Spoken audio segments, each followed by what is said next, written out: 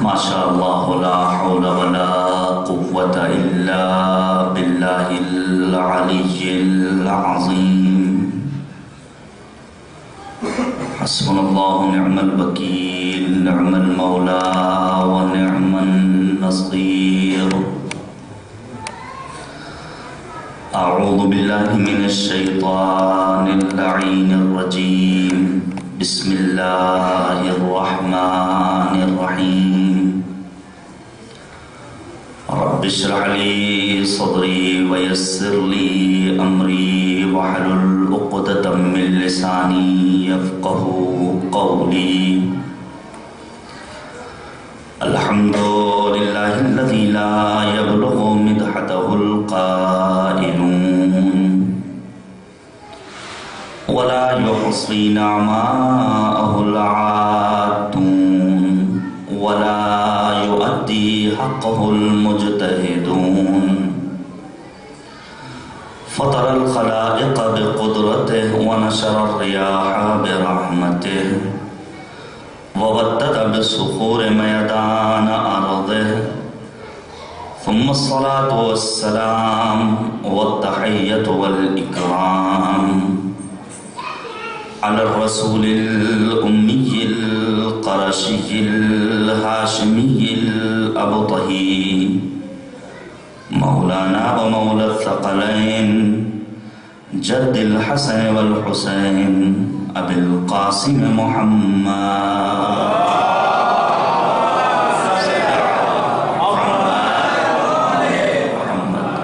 وعلى آله الأطيبين الأنجبين الأطهرين الأكرمين المعصومين المظلومين المنتخبين المنتجبين الذين أذهب الله عنهم الرجس وطهرهم تطهيرا.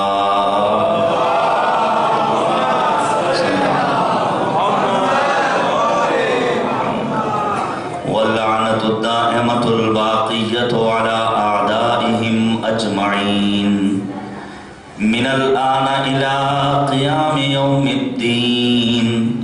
آمين يا رب العالمين. أما بعد فقد قال سلمان قال رسول الله صلى الله عليه وآله وسلم يا سلمان من أحب فاطمة ابنتي فهو في الجنة معي ومن أبغضها فهو في النار.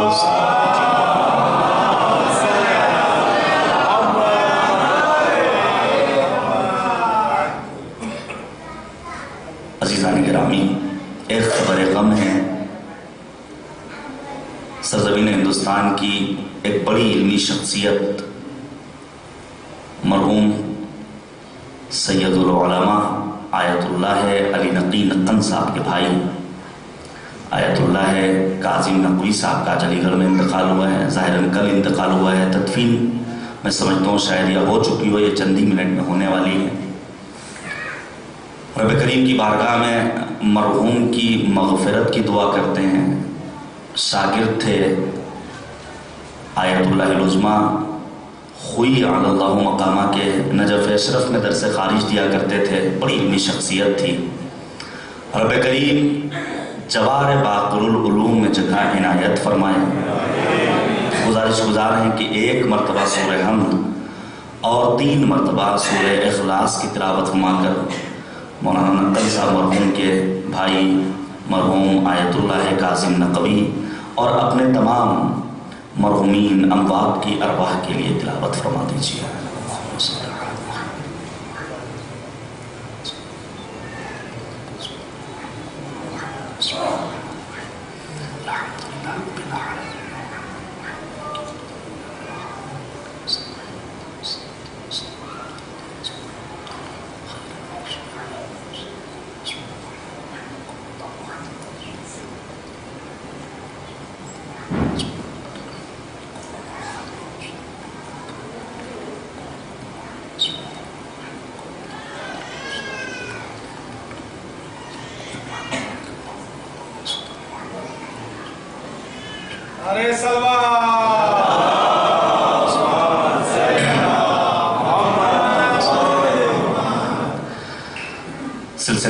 41 کی یہ آخری کڑی،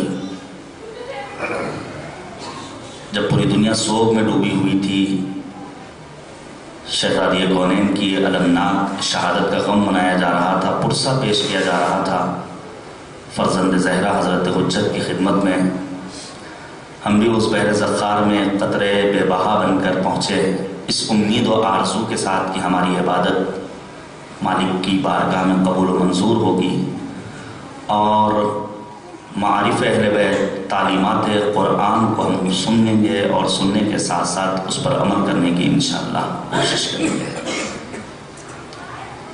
عنوان گفتگو ہے حضرت زہرا اور کامیاب زندگی۔ ہر انسان کامیابی چاہتا ہے، چاہے بڑا تاجر ہو، ایک معمولی کسان، معمولی مزدور، جان کی بازی لگا کر کامیابی کے دروازے پر دستک دینا، یہ ایک ایسا نعرہ ہے جو انسان کو خون گرم کیے ہوئے ہے کہ ترقی کی راہ پر گامزن رہ سکے۔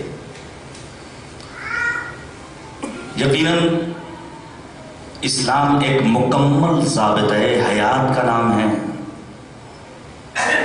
اور اس نظام توحید کے زیر سایہ زندگی بسر کرنے والوں کو ہی کامیابی ملنے والی ہے۔ لیکن سمجھ میں کیسے آئے؟ قرآنی تعلیمات اتنی اعلیٰ و افضل و برتر، معصومین علیہ السلام کو ہم اپنی نگاہوں سے دیکھ نہیں رہے ہیں، پروردگار نے کہا کچھ ایسے نمونے بھیج رہے ہیں جن کے انمٹ نقوش تمہارے لیے مشعل راہ بن جائیں گے۔ آواز دی قرآن نے، لَقَدْ كَانَ لَكُمْ فِي رَسُولِ اللَّهِ أُسْوَةٌ حَسَنَةٌ، تمہارے لیے بنت پیغمبر، تمہارے لیے ذات پیغمبر مرسل اعظم بہترین نمونہ عمل ہے۔ ہمیں سے ہر انسان آئیڈیل اور نمونہ عمل کی تلاش میں رہتا ہے، بالخصوص جوان طبقہ۔ سید الشہداء فرزند زہرا مظلوم کربلا نے اعلان کیا تھا، وَلَكُمْ فِيَّ أُسْوَةٌ، تمہارے لیے مجھ حسین کی زندگی بہترین نمونہ عمل ہے۔ وقت کے امام آواز دیتے ہیں، وَلِيَ فِي ابْنَةِ رَسُولِ اللَّهِ أُسْوَةٌ حَسَنَةٌ، میرے لیے بنت پیغمبر حضرت زہرا بہترین نمونہ عمل ہے۔ یہ وہ ہستیاں ہیں جو الہی دستورات اور ضابطۂ حیات نظام اسلامی پر چلنے والے، جن کی زندگی کا لہجہ لہجہ ہمارے لیے نمونہ عمل ہے۔ اگر کامیابی چاہیے تو قرآن سے وابستگی شرط ہے، اہل بیت اطہار کے ارشادات و فرمودات کے مطابق زندگی بسر کرنا یہ ہمارا اولین فریضہ ہے۔ مختلف جہات سے آپ کے سامنے چند ایک باتیں اپنی کم علمی کا اعتراف کرتے ہوئے پیش کرنے کی سعادت حاصل کی ہے۔ حضرت زہرا کی زندگی انفرادی زندگی ہو، ازدواجی زندگی ہو، پدر گرامی کے ساتھ آپ کا رویہ ہو، بچوں کی تربیت ہو، یا اپنے ہمسایوں، پڑوسیوں اور دیگر اپنے چاہنے والوں کے لیے آپ کی شفقت و مہربانی و عطوفت ہو، رعوفت ہو، یہ بے مثال و بے نظیر ہے، جو تمام عالم انسانیت کو بالعموم اور ہم عاشقان فاطمہ الزہرا کو بالخصوص جھنجھوڑ رہا ہے کہ اپنے آپ کو فاطمی بنا لو، اپنے کردار کو فاطمہ کے کردار کا عکاس بنا لو۔ توجہ کیجئے گا عزیزان گرامی، کس ذات کا ہم تذکرہ کر رہے ہیں جس کے لیے جناب سلمان کہتے ہیں کہ پیغمبر اعظم ختمی مرتبت حضرت محمد مصطفیٰ صلی اللہ علیہ وآلہ وسلم نے فرمایا، قال سلمان، جناب سلمان کہتے ہیں کہ پیغمبر نے آواز دی، یا سلمان من احب فاطمہ ابنتی فہو فی الجنت معی، اے سلمان جو میری بیٹی فاطمہ سے محبت کرے گا وہ جنت میں میرے ہمراہ ہوگا، ومن ابغضها فهو فی النار، جو بغض و عداوت و کینہ و نفرت کرنے والا ہوگا اس کا ٹھکانہ جہنم کے سوا کچھ اور نہیں۔ میں آج اس روایت کو پیش کرنا چاہتا ہوں جو بہار الانوار میں علامہ مجلسی نے جلد نمبر 27 میں صفحہ نمبر 116 پر ذکر فرمایا ہے۔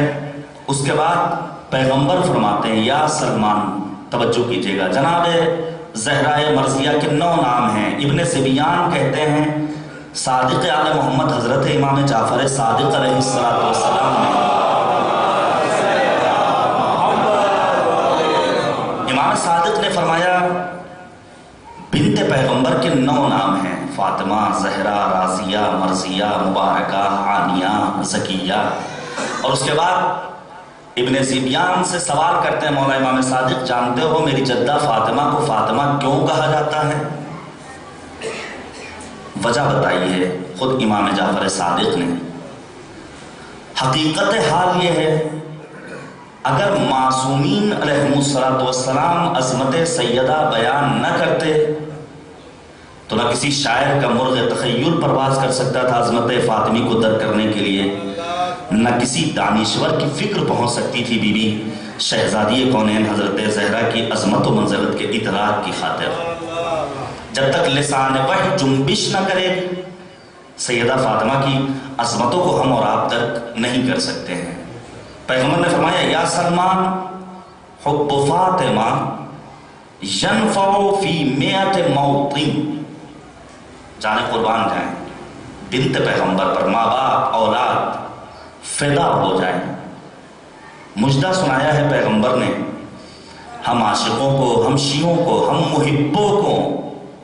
پیغمبر فرماتے ہیں اے سلمان میری بیٹی فاطمہ کی محبت انہیں چاہنے والوں کو، ان کے چاہنے والوں کو 100 جگہوں پر فائدہ پہنچائے گی۔ 100 جگہوں پر اگر فائدہ چاہیے تو محبت فاطمہ سے اپنے وجود کو سرشار کر لو، 100 جگہوں پر فائدہ پہنچائے گی۔ پھر پیغمبر فرماتے ہیں ایسر تلک المواطن الموت والقبر والمیزان والمحشر والصراط والمحاسبہ۔ سب سے آسان ترین جو منزلیں ہیں فاطمہ کی محبت کے فائدہ پہنچانے کی، ان میں قبر کی منزل ہے۔ سوچئے انسان گھبراتا ہے، جہاں موت کا نام آتا ہے پسینے آ جاتے ہیں۔ پیغمبر نے کہا میری بیٹی فاطمہ کی محبت رکھنے والے کو فاطمہ کی محبت فائدہ پہنچائے گی قبر کی تاریکیوں میں۔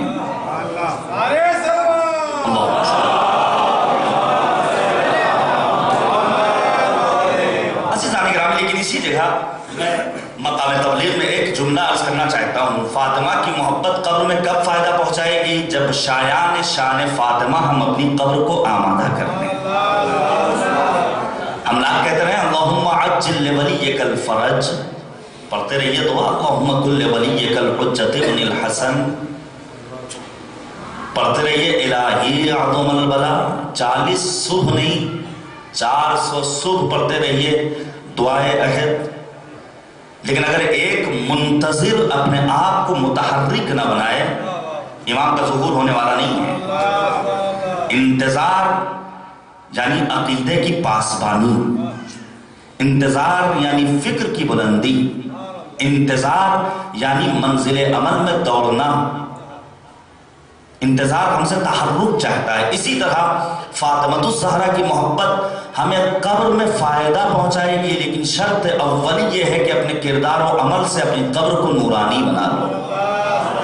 یہ میرا جملہ نہیں ہے، شہید محراب آیت اللہ دست غیب شیرازی، توجہ کیجئے گا، معلم اخلاق، ان کا تذکرہ میں پہلے بھی کر چکا ہوں پرسوں کی مجلس میں۔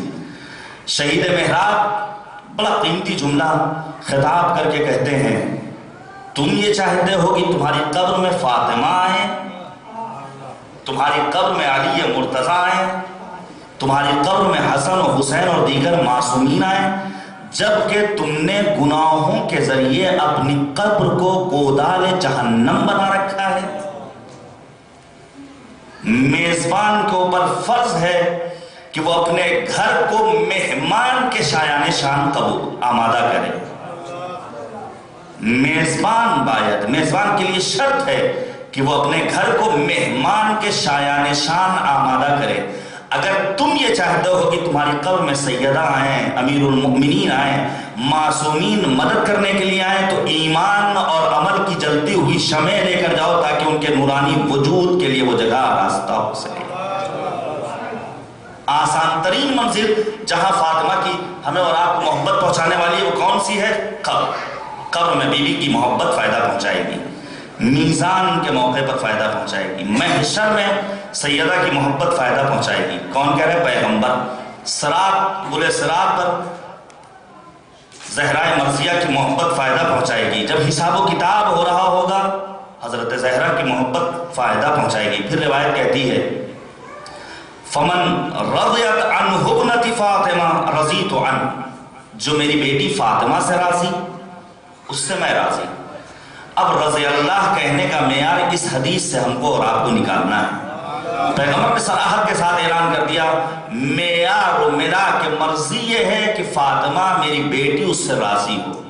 تاریخ کا مطالعہ کرتے چلے جائیے، دیکھیے کتنے ایسے افراد تھے بدبخت جن سے فاطمہ ناراض تھی۔ جن سے میں راضی اس سے میرا خدا راضی۔ ومن غضبت علیہ فاطمہ غضبت علیہ، جس کے اوپر فاطمہ غضبناک ہوں اس پر میں ناراض ہوتا ہوں۔ اس کے بعد کا جملہ ہے جس سے میں غضبناک ہوں غضب اللہ علیہ، پروردگار بھی اس پر ناراض ہوتا ہے۔ پھر جناب سلمان کو خطاب کرتے یا سلمان، بدبخت تھے وہ افراد جنہوں نے بعد رحلت پیغمبر۔ میں ایک سوال کرنا چاہتا ہوں آپ سب سے، یہ واقعاً مصیبت و مظلومیت کا تذکرہ ہے۔ پیغمبر اعظم کی رحلت کب ہوئی ہے؟ اعلان غدیر کے 68-70 دنوں کے بعد۔ میدان غدیر میں کتنے افراد تھے؟ 1.25 لاکھ۔ ان 1.25 لاکھ میں اہل مدینہ کتنے تھے؟ 50, 60, 70 ہزار تو رہے ہوں گے۔ کیسا انقلاب آیا ہے کہ 50, 60, 70 ہزار افراد 68-70 دنوں میں ایسا تبدیل ہوئے کہ بنت پیغمبر کے دروازے پر آگ اور لکڑیاں لے کر آ گئے۔ پیغمبر فرماتے ہیں یا سلمان ویل لمن یظلمها ویظلم ذریتها، وائے ہو اس انسان پر جو میری بیٹی فاطمہ پر ظلم و ستم کرے گا، وائے ہو اس پر جو ان کی ذریت پر ظلم و ستم کرے گا اور ان کے چاہنے والوں پر ظلم و ستم کرے گا۔ ہم لعنت کریں یا نہ کریں، پیغمبر اعظم نے اسی زندگی میں اپنی حیات طیبہ میں ظالموں کے اوپر نفرین کر کے یہ پیغام عام کر دیا ہے جو فاطمہ کے حق میں ظلم کرنے والا ہے وہ لعنت کا مستحق۔ صلوات بھیجیے گا بر محمد و آل محمد۔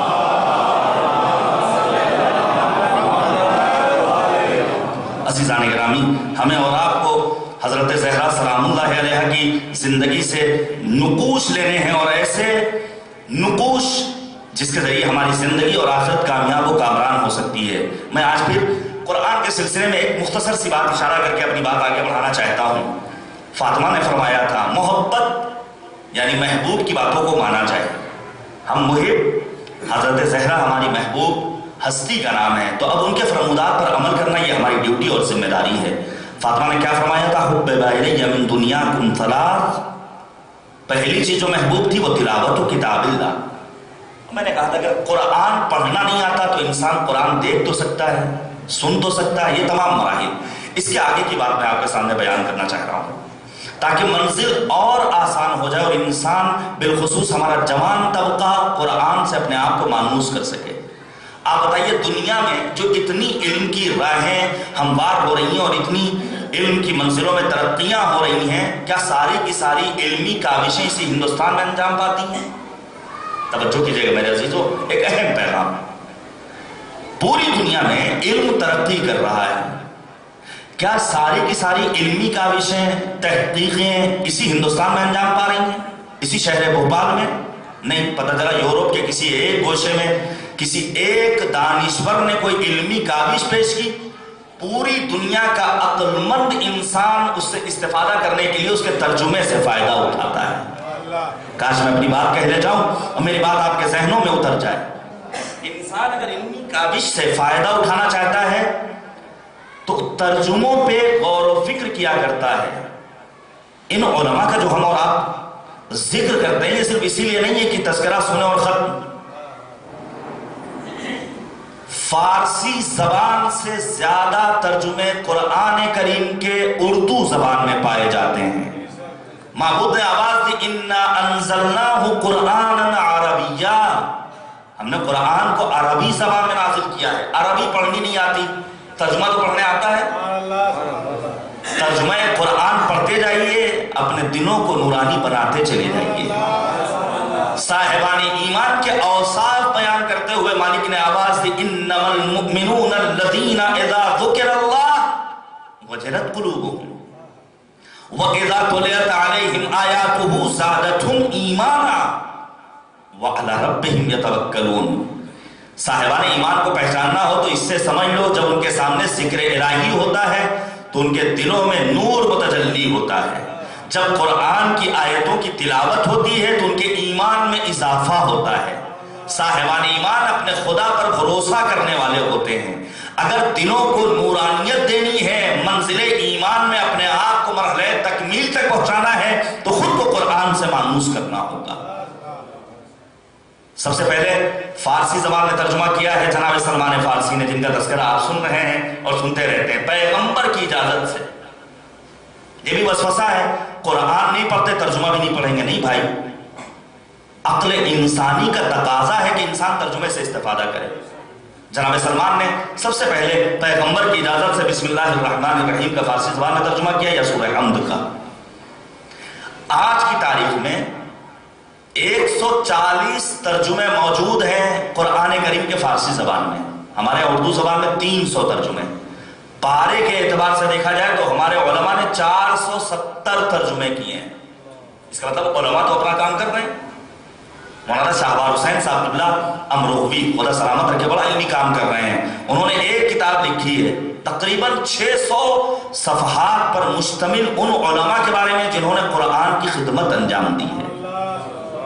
علماء اپنا کام کر رہے ہیں. ان علماء کے سامنے زانوے ادب تہ کر کے دین کی تعلیمات لینا یہ ہماری اور آپ کی ذمہ داری.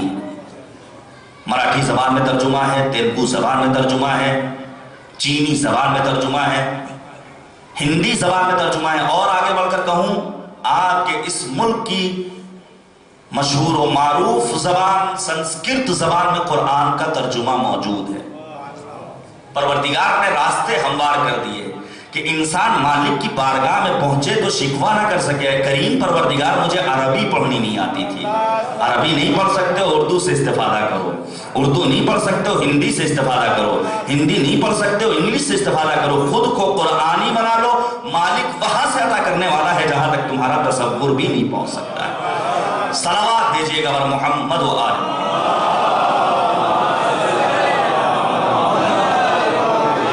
عزیزان گرامی، میں آج عبادت اور دعا کے سلسلے میں جو انسان کی زندگی میں کامیابی رقم کرنے والی چیز ہے وہ یہ کہ انسان اپنے آپ کو عابد بنا لے. اسی لیے شب معراج پروردگار پیغمبر کو خطاب کرتا ہے محمد طٰہٰ مزمل مدثر یاسین. کوئی ایسا خطاب نہیں ہے. سبحان الذی اسریٰ بعبدہ لیلا من المسجد الحرام الی المسجد الاقصی. عبودیت و بندگی پروردگار انسان کو منزل کمال تک پہنچانے والی ہے. توجہ کیجئے میرے عزیزو، یہ بندگی پروردگار انسان کو کامیابی کی راہ پر گامزن کرنے والی ہے. ان معصومین علیہم السلام نے تمام تر شدائد و مصائب و مشکلات میں عبادت سے سرپیچینی کی ہے اور یہی پیغام دیا ہے اپنے چاہنے والوں کے نام کہ اپنے آپ کو عابد و زاہد بنا لو. اس لیے امیر المومنین نے کہا تھا کفا بعزت ان اکون لک عبدا. میری عزت کے لیے یہی کافی کہ میں تیرا بندہ ہوں. نہ اپنی ولایت کا اعلان کر کے فخر کیا ہے، نہ اپنی امامت پر فخر و ناز کیا ہے، بلکہ بندگی پروردگار پر ناز کیا ہے. میں آپ کے سامنے عرض کروں، جوان جو یونیورسٹی سے تعلق رکھتے ہیں بظاہر ہم یہ سمجھتے ہیں مذہب عبادت کا مطالبہ کر کے ہمیں گرفتار کر رہا ہے، ہماری زندگی کو محدود کر رہا ہے. بالکل اسی طرح جیسے بعض ہماری مائیں اور بہنیں حجاب کو اپنے لیے بندش سمجھتی ہیں. یہ خطبہ فدکیہ، یہ جب مصیبت فاطمہ کو ہم بیان کرتے ہیں، جناب زہرا کا چادر اوڑھ کر خواتین کے ہمراہ مسجد میں خطبہ دینا، یہ پیغام ہے عاشقان فاطمہ کے لیے کہ پردہ اور حجاب، حیا اور عفت انسان کو بندشوں میں مبتلا نہیں کرتا ہے، بلکہ کمال حریت کی راہ پر گامزن کرنے والا ہے۔ کیوں فقدان ہے؟ عفت یعنی تحفظ نفس کا وسیلہ، عفت یعنی حجاب کو حاصل کرنے کا بہترین ذریعہ۔ وہ خاتون جو مردوں کے لیے انیس تنہائی ہوا کرتی تھی، وہ خاتون جو بچوں کا سہارا ہوا کرتی تھی، وہ خاتون جو اپنے بزرگوں کی آبرو ہوا کرتی تھی، آج وہی سرمایہ داروں کے لیے عیاشیوں کا مرکز بنی ہوئی ہے، شوکیسوں میں سجائی جا رہی ہے۔ اور آپ سنتے رہتے ہیں، ان تمام باتوں کو بیان کرنے کا نہ وقت ہے اور نہ موضوع ہے۔ عزیزان گرامی، اہل بیت عصمت و طہارت نے قدم قدم پر یہ پیغام دیا، جسے تم حریت سمجھ رہے ہو، جسے تم آزادی سمجھ رہے ہو، وہ آزادی نہیں ہے۔ آزادی وہ ہے جو تمہارے مکتب، تمہارے مذہب نے تمہارے سامنے پیش کیا ہے۔ میں نے عرض کیا، یونیورسٹی اور کالجز سے تعلق رکھنے والے یہاں جوان بیٹھے ہوئے ہیں، شاید پروفیسر حضرات بھی ہوں اور دانشور حضرات بھی یہاں ہوں۔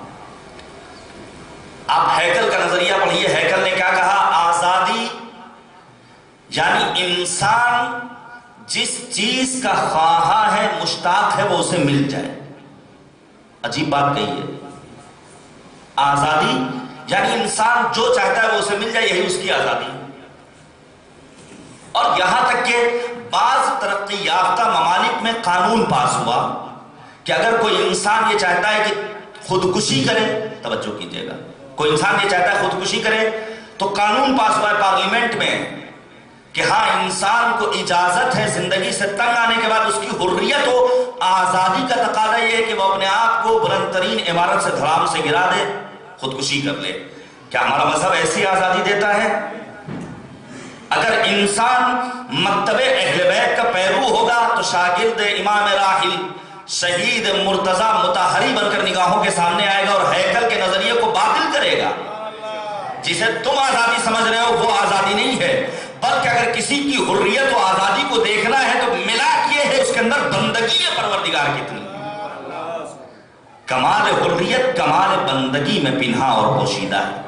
جو جتنا بڑا عابد ہوگا وہ اتنا بڑا آزاد انسان ہوگا۔ اسی لیے تو سید الساجدین زین العابدین کے لیے ہم کیا کہتے ہیں؟ ایک آزاد قیدی کی شعلہ بیانی، ہاتھوں میں ہتھکڑیاں، پیروں میں بیڑیاں، توقے خاردار، کمر میں لنگر، تمام تر مصیبتیں، بھرا گھر لٹ چکا ہے، لیکن سید الساجدین عبادت کے اس مرحلے پر فائز تھے کہ ظلم کی ترویج ہوتی ہے بنام حریت، اس طرح پامال ہوتا ہے نظام حریت۔ حریت یعنی آزادی۔ آج ہم دیں گے زمانے کو پیام حریت، ہم ہی یہ بتلائیں گے کیا ہے مقام حریت۔ حق فقط عابد کو ہے تھامے لجام حریت، یہ وہ قیدی ہے جو کرتا ہے کلام حریت۔ آبلوں کے آپ سے آتش نے کیا، آبلوں کے آپ سے عابد نے کی آتش میں ہار، ورنہ جل کر راکھ ہو جاتے خیام حریت۔ سید سجاد نے ان تمام تر مصیبتوں میں بندگی پروردگار کو اختیار کر کے یہ پیغام عام کر دیا۔ اگر یہ دیکھنا ہے کہ انسان آزاد ہے یا نہیں تو دیکھو مصیبتوں کے ہنگام وہ پروردگار کی عبادت بجا لا رہا ہے یا نہیں بجا لا رہا ہے۔ جو جتنا بڑا عابد ہوگا وہ اتنا بڑا آزاد انسان ہوگا۔ عبادت کے ذریعے ہماری شناخت ہوا کرتی ہے، عبادت ہی جان ہے ہماری زندگی کی۔ ہمیں پیدا کیا گیا ہے عبادت کے لیے۔ عبادت کا مطلب ہرگز یہ نہیں کہ انسان کاروبار حیات کو بالائے طاق رکھ دے اور صرف مسجد میں سجدوں پر سجدے کرتا رہے، نہیں۔ عبادت انسان اپنی زندگی کا لہجہ بنا سکتا ہے معبود کی رضا کے حصول کے لیے، جس کے بارے میں کل کچھ گزارشات آپ کے سامنے پیش کی تھی۔ میں آپ کے سامنے ایک روایت پیش کروں سیدہ فاطمہ الزہرا سلام اللہ علیہا کی۔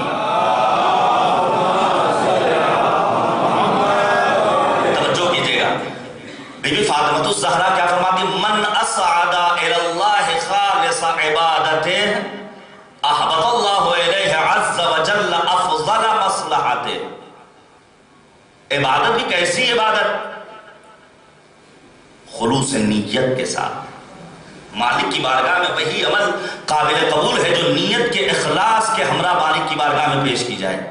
بیوی نے فرمایا من اسعد الی اللہ خالص عبادت، جو اپنی عبادت کو خلوص نیت کے ہمراہ مالک کی بارگاہ میں بھیجے گا، احبط اللہ الیہ عز وجل افضل مصلحت، پروردگار افضل مصلحت کو اس کے لیے نازل کرے گا۔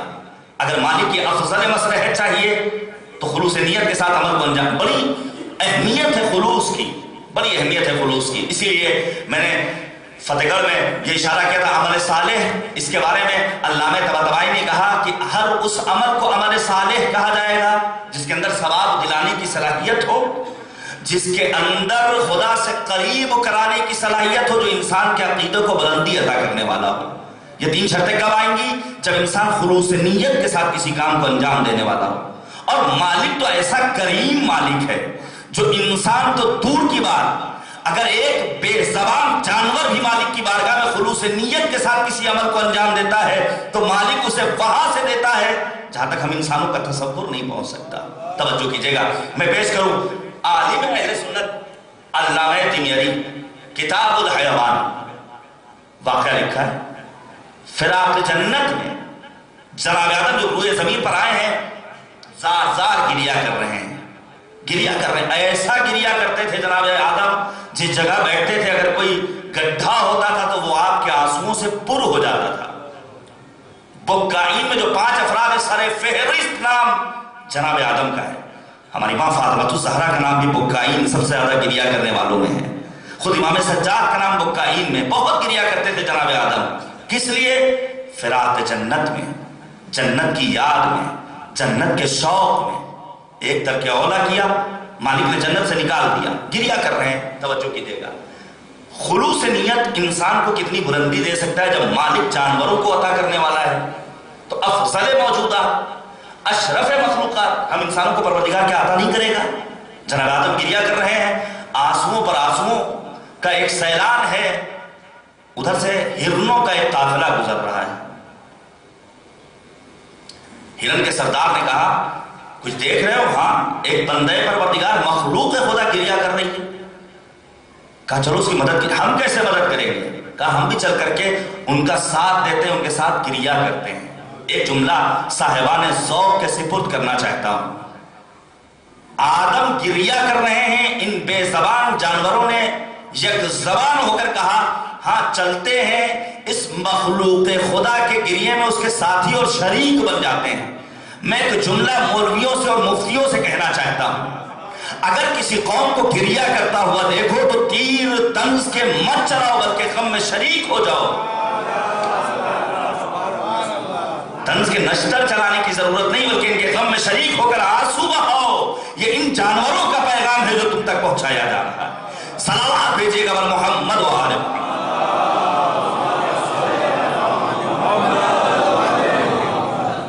جناب آدم گریا کر رہے ہو۔ بہرحال یہ ہرنوں کا قافلہ بڑا مفصل واقعہ ہے۔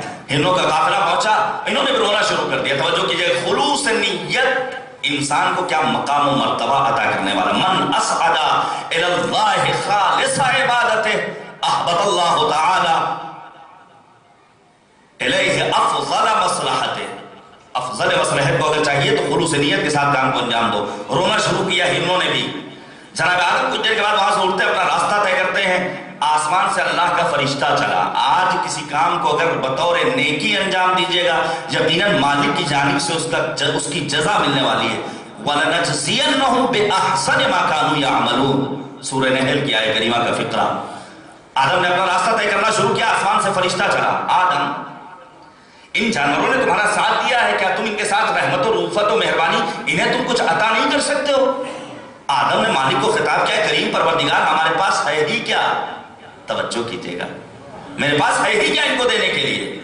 فرشتہ آتا ہے پیغام الہی لے کر، آدم کیا تمہارے پاس وہ آج بھی نہیں جو پروردگار نے تمہیں عطا کی؟ ان کے بدن پر اپنا دست شفقت پھیر دو۔ اگر یتیموں کا خیال اور پاس و لحاظ رکھنے کی اسلام نے تاکید کی ہے تو صرف اور صرف پیسے اور دولت کے ذریعے نہیں بلکہ دو میٹھے بول لو، یہی تمہارا احسان ہوگا اس یتیم کے حق میں۔ دست شفقت پھیر دو، یہی پیغام ہے مکتب اسلام کا۔ آدم آگے بڑھے، ہرنوں کے اوپر انہوں نے اپنا ہاتھ پھیرا۔ اب ہرنوں کے وجود میں مشک کی خوشبو پیدا ہوئی۔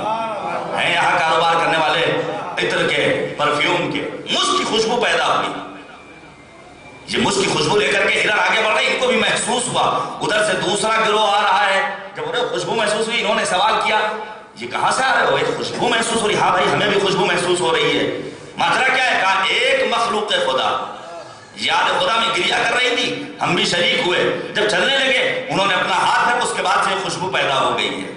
یہ گروہ بھی آتا ہے اور آنے کے بعد آدم کے ساتھ گریا کرتا ہے، لیکن نیتوں کے فرق کو پہچانیے۔ پہلا گروہ آیا تھا خلوص نیت کے ساتھ، اسے اس بات کی تمنا نہیں تھی کہ مشک و عنبر ہمارے ہاں پیدا ہو جائے گا، خوشبو پیدا ہو جائے گی۔ آدم گریا کرتے ہیں، یہ ہرن کا دوسرا گروہ گریا کر رہا ہے، آدم نے اپنا راستہ طے کیا، انہوں نے اپنا راستہ طے کیا، نہ آسمان سے فرشتہ آیا نہ الہی پیغام آیا۔ مجھے ایک جملہ کہنے دیجئے، اگر انسان علی بن کر خلوص نیت کے ساتھ حالت رکوع میں زکات دے، انگوٹھی دے کر، پروردگار آیت کو نازل کر دیا کرتا ہے، اس کے بعد اگر آیت کی لالچ میں ہزاروں انگوٹھیاں دی جائیں، مالک کوئی آیت نازل کرنے والا نہیں ہے۔ صلوات بھیجیے گا محمد و آل محمد۔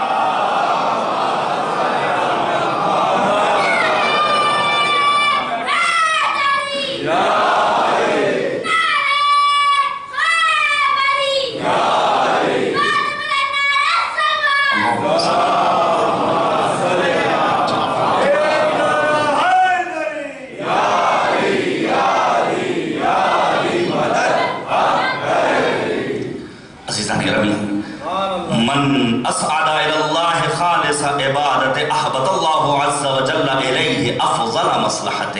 خلوص نیت۔ ایک اور واقعہ مختصر سا بیان کر دوں، یہی علامہ دمیری نے بیان کیا ہے۔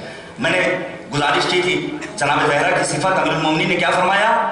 انت عالم باللہ، معرفت خدا میں آپ سے بڑا کوئی نہیں، وہ اکرم، آپ اللہ کے نزدیک محترم، وہ ابر، راہ خدا میں خرچ کرنے والی۔ بی بی کو جو دوسری چیز محبوب ہے وہ کیا ہے؟ الانفاق فی سبیل اللہ، راہ خدا میں خرچ کرنا، راہ خدا میں خرچ کرنا۔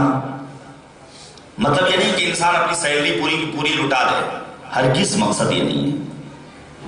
خلوص نیت کے ساتھ، اور میں نے گزارش کی تھی مجلس میں کہ انسان اگر امام بارگاہ بن رہا ہے، ایک اینٹ دے دے خلوص نیت کے ساتھ، صدقہ جاریہ ہے۔ چندہ مانگا جا رہا ہے، جتنا ممکن ہو نیک کام کے لیے، دینی کاموں کی انجام دہی کے لیے، دینی کلاسز کے انعقاد کے لیے، حسین کے نام پر تبرک کا انتظام کرنے کے لیے، جو ممکن ہو انسان شریک ہو۔ آج آپ کم دیجئے گا، مالک برکت دینے والا ہے۔ من اسعد الی اللہ اخلص عبادت احبط اللہ الیہ عز وجل افضل مصلحت۔ ایک واقعہ اور سن لیجئے، یہاں مقدار شرط نہیں ہے، میرا کو معیار کیا ہے کہ انسان کس نیت کے ساتھ راہ خدا میں خرچ کر رہا ہے۔ جب جناب ابراہیم خلیل خدا، علامہ دمیری نے لکھا ہے، خلیل خدا توحید کا پرچار کر رہے ہیں، آتش نمرود روشن کی گئی ہے، منو لکڑیاں جلائی گئی ہیں، جناب ابراہیم آتش نمرود میں، ادھر سے شہد کی مکھیوں کا جھنڈ گزر رہا ہے، شہد کی مکھیوں کا جھنڈ۔ قصص الانبیاء پڑھیے، بڑی دلچسپ ہے یہ واقعہ، اور پیغام لیے ہوئے ہیں۔ مکھیوں کا جھنڈ، شہد کی مکھیوں کا، شہد کی مکھیوں کے سردار کو یعصوب کہا جاتا ہے، اسی لیے امیر المؤمنین چونکہ دین کے سردار ہیں، ہم اور آپ اذان میں کیا کہتے ہیں؟ یعصوب الدین۔ امیر المؤمنین کو یعصوب الدین کہا جاتا ہے۔ شہد کی مکھیوں کے سردار نے اپنے دیگر ساتھیوں سے کہا، ایک بندے پروردگار آگ میں جل رہا ہے، اس کی مدد کی جانی چاہیے۔ ذرا تصور کیجئے، شہد کی مکھی، اس کا جثے میں دہانا، کہا ہم کیسے مدد کریں گے؟ کہا اپنے منہ میں پانی کا قطرہ لے کر آئیں گے، اور ابراہیم جیسے خلیل خدا بندے پروردگار کی آگ پر وہ پانی ڈالیں گے۔ یہ خلوص نیت کے ساتھ پانی کے قطرات کو لے کر چلے۔ مالک نے جب نیت کو خالص دیکھا، اسے شہد بنا دیا۔ پروردگار کے ہاں مقدار میرا کو معیار نہیں ہے۔ عبادت کم کرو، واجبات کو انجام دو، لیکن خلوص نیت اور اخلاص نیت کے ہمراہ بارگاہ پروردگار میں اپنی عبادتوں کا نذرانہ پیش کرو۔ دوسری روایت آپ کے سامنے پیش کروں، ہم اور آپ اپنے پروردگار کو بھول جاتے ہیں۔ انسان دونوں صورتوں میں، اگر اللہ بہت زیادہ مصیبتوں میں مبتلا کر دے تب بھی انسان بھول جاتا ہے، کل میں نے بیان کیا، جزو ہو جاتا ہے، فریادیں بلند کرنے لگتا ہے، بے نمازی ہو جاتا ہے، یاد خدا بندی سے اپنے آپ کو غافل کر لیتا ہے۔ دوسری صورت اللہ بہت زیادہ دے دے تو دنیا میں اتنا زیادہ انسان غرق ہو جاتا ہے، قارون بن جاتا ہے، شاہ ایران بن جاتا ہے، اور نہ جانے کتنی ایسی مثالیں ہیں آپ کو نظر آ جائیں گی۔ سیدہ فاطمہ نے کیا فرمایا عبادت پروردگار کے سلسلے میں؟ بی بی فرماتی ہیں شغلنی ان مسألتہ لذت خدمتہ لا حاجت لی غیر النظر الی وجہہ الکریم، مجھے کچھ نہیں چاہیے، میں صرف یہ چاہتی ہوں کہ اپنے کریم پروردگار کے چہرے کی جانب اپنی نگاہ اٹھائے رہوں۔ یہ کب ممکن ہے؟ جب انسان اپنے آپ کو پروردگار کی بارگاہ میں حاضر و ناظر جانے۔ اسی لیے امام خمینی معمار انقلاب اسلامی ایران نے کہا تھا عالم محضر خداست در محضر خدا معصیت نہ کنی۔ یہ پروردگار کی نگاہوں کے سامنے ہے دنیا، اللہ کی نگاہوں کے سامنے معصیت پروردگار نہ کرو، وہ تمہیں دیکھنے والا ہے۔ جب کریم پروردگار دیکھنے والا ہے تو آخر انسان گناہ کیوں کرتا ہے؟ اور پھر وہ روایت جسے میں نے آپ کے سامنے پیش کیا تھا کہ امیر المؤمنین کو شادی والی رات قسم دیتی ہیں انشدک اللہ ان قمت الی الصلاۃ فنعبد اللہ تعالی هذه الليلہ۔ کتنی خوبصورت ازدواجی زندگی کا آغاز کیا ہے، مشترکہ حیات کا۔ سیدہ فاطمہ نے امیر المؤمنین کے ہمراہ میں آپ کو قسم دیتی ہوں کہ آج کی رات اللہ کی عبادت کر کے گزارتے ہیں۔ جب انسان اس اعتبار سے اللہ کی عبادت کرے گا تو یقیناً پروردگار اسے عطا کرنے والا ہے۔ انسان کیوں بھول جاتا ہے؟ مقصد حیات کو انسان کیوں فراموش کر دیتا ہے؟ توجہ کیجئے گا، ہم اور آپ افضل موجودات، اشرف مخلوقات، لیکن ہم اپنے پروردگار کو بھول جاتے ہیں۔ ہر چیز کو جب کمپنی بناتی ہے کسی چیز کو، اس کا کوئی مقصد ہوتا ہے۔ یہ جو لاؤڈ اسپیکر ہے جو میری آواز کو بڑی حسن خوبی کے ساتھ آپ تک پہنچا رہی ہے، جو موبائل ہماری جیب میں ہوتا ہے، یہ گھڑی جو میرے ہاتھ میں لگی ہوئی ہے، جنریٹر، مشین، موٹر، یہ ساری چیزیں کب تک اہمیت رکھتی ہیں؟ جب تک اپنی مقصد خلقت کو پوری کرتی ہیں۔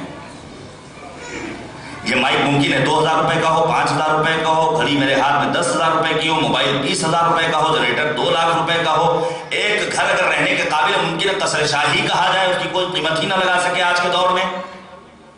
یعنی اگر کوئی چیز اپنے ہدف خلقت کو پورا کرے تو اس کی اہمیت و ارزش ہوا کرتی ہے۔ توجہ کیجئے گا، اگر یہ مائک کام کرنا بند کر دے تو مسکین بھائی کیا کریں گے؟ اسے کباڑی کے ہاتھ فروخت کر دیں گے۔ گھڑی میں اپنے بچوں کو دے دوں گا، کھلونا بنا ڈالیں گے، موبائل کا کھلونا بن جائے گا، بڑے سے بڑا موٹر کباڑی کے ہاتھوں نیلام کر دیا جائے گا۔ وہ گھر جو قصر شاہی کہلاتا تھا وہ بابل کے کھنڈرات میں تبدیل ہو جائے گا۔ اس کا مطلب یہ ہوا اگر کوئی چیز اپنے مقصد خلقت پر کھڑی نہ اترے تو اس کی ارزش نہیں ہوا کرتی ہے۔ مالک نے ہمیں ایک ہدف کے تحت پیش کیا ہے، پیدا کیا ہے عبادت پروردگار کے لیے، وما خلقت الجن والانس الا لیعبدون۔ اگر اپنے مقصد خلقت کو پورا کرو گے تو تم اشرف موجودات بن جاؤ گے، تم افضل مخلوقات بن جاؤ گے۔ لیکن اگر تم نے عبادت پروردگار سے سرپیچی کی تو یاد رکھو عذاب میں تو مبتلا ہوگے ہی، لیکن تمہاری مثال جانوروں جیسی ہو جائے گی۔ اولئک کالانعام، وہ جانوروں کے مانند ہیں، بل ہم اضل، بلکہ جانوروں سے بھی زیادہ بدتر ہیں۔ اگر انسان اپنے مقصد خلقت کو درک کر لے، تعجب ہوتا ہے۔ حسین کا چاہنے والا جس کے لیے ہم اور آپ کہتے ہیں کہ وقت شہادت بھی سجدے پروردگار، جنگ کے ہنگام میں بھی با جماعت نماز کا اہتمام۔ شہزادی کونین کا ہم اور آپ ہم منا رہے ہیں، ہم کیا کہتے ہیں؟ شہزادی کونین روز شہادت بھی اسی انداز سے اللہ کی عبادت کر رہی ہیں۔ آخر ہم کیوں غافل ہیں؟ کیوں اللہ کی عبادت سے سرپیچی کرتے ہیں؟ کیوں نہیں اپنے مقصد خلقت پر اپنے آپ کو کھڑا اتارتے ہیں؟ کیا خوب کہا ہے جناب محترم رضا سرسوی نے کہ مولا کے تو قاتل بھی حافظ تھے، نمازی تھے، تم کیسے حسینی ہو جو دین سے غافل ہو؟ یہ کہہ کے رضا شاید شہ موڑ نے منہ اپنا، وہ جسم کے قاتل تھے، تم روح کے قاتل۔ صلوات بھیجیے گا بر محمد و آل محمد۔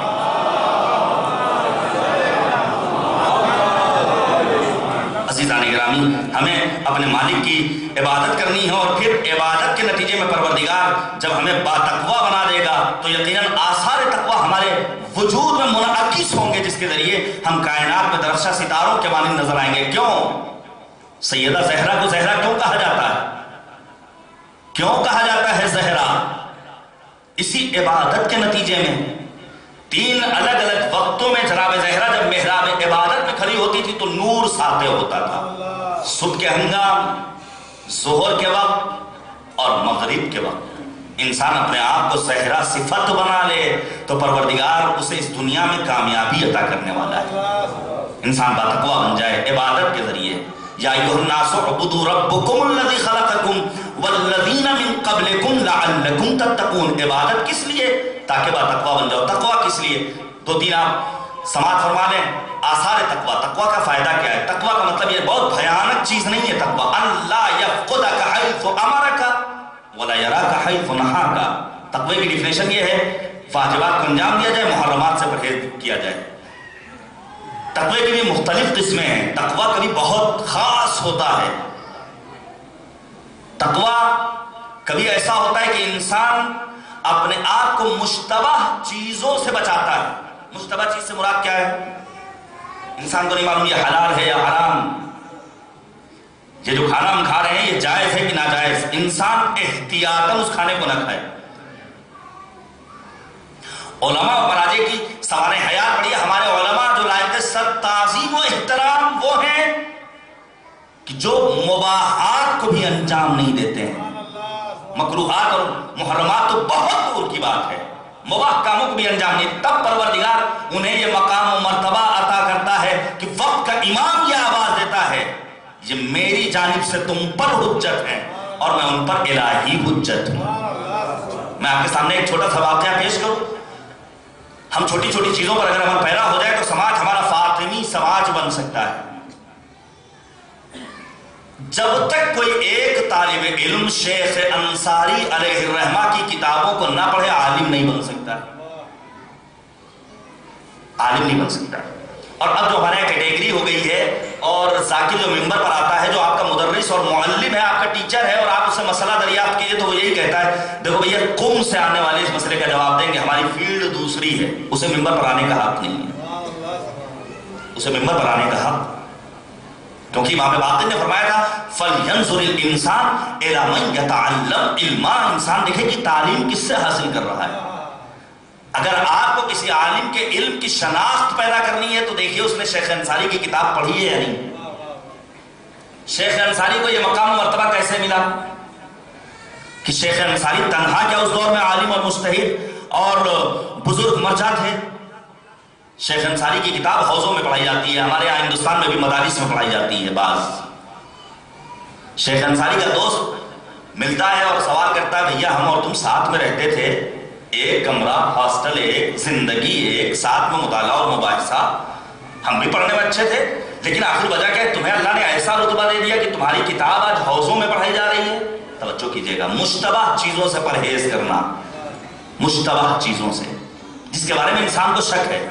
شیخ انصاری کچھ نہیں کہتے، مسکراتے کہتے تمہیں یاد ہے نجف کا وہ دور جب ہم سختیوں میں زندگی بسر کر رہے تھے، کھانے کے لیے کھانا نہیں تھا، میرے پاس 1 ریال تھا یا درہم تھا، میں نے تم سے کہا کہ چلے جاؤ بازار سے روٹی لے آؤ، تم روٹی لانے کے ساتھ ساتھ حلوہ بھی لے آئے تھے، اور میں نے اس حلوے کو نہیں کھایا تھا، صرف روٹی کھائی تھی، کیونکہ مجھے شک تھا پتہ نہیں تمہیں اللہ دے گا یا نہیں دے گا، تم اس کے قرض کو اتار پاؤ گے یا نہیں اتار پاؤ گے۔ توجہ کی آپ نے، چونکہ مجھے شک تھا کہ تم اس کا قرض اتار پاؤ گے کہ نہیں اتار پاؤ گے، مجھے شک تھا، میں نے حلوہ نہیں کھایا، میں نے صرف روٹی کھائی تھی، تم نے حلوہ بھی کھایا تھا۔ اس ایک شک کے مورد میں میں نے اپنا دامن بچا لیا، مالک نے مجھے وہ مقام و مرتبہ دیا کہ آج میری لکھی ہوئی کتاب حوضوں میں پڑھائی جا رہی ہے۔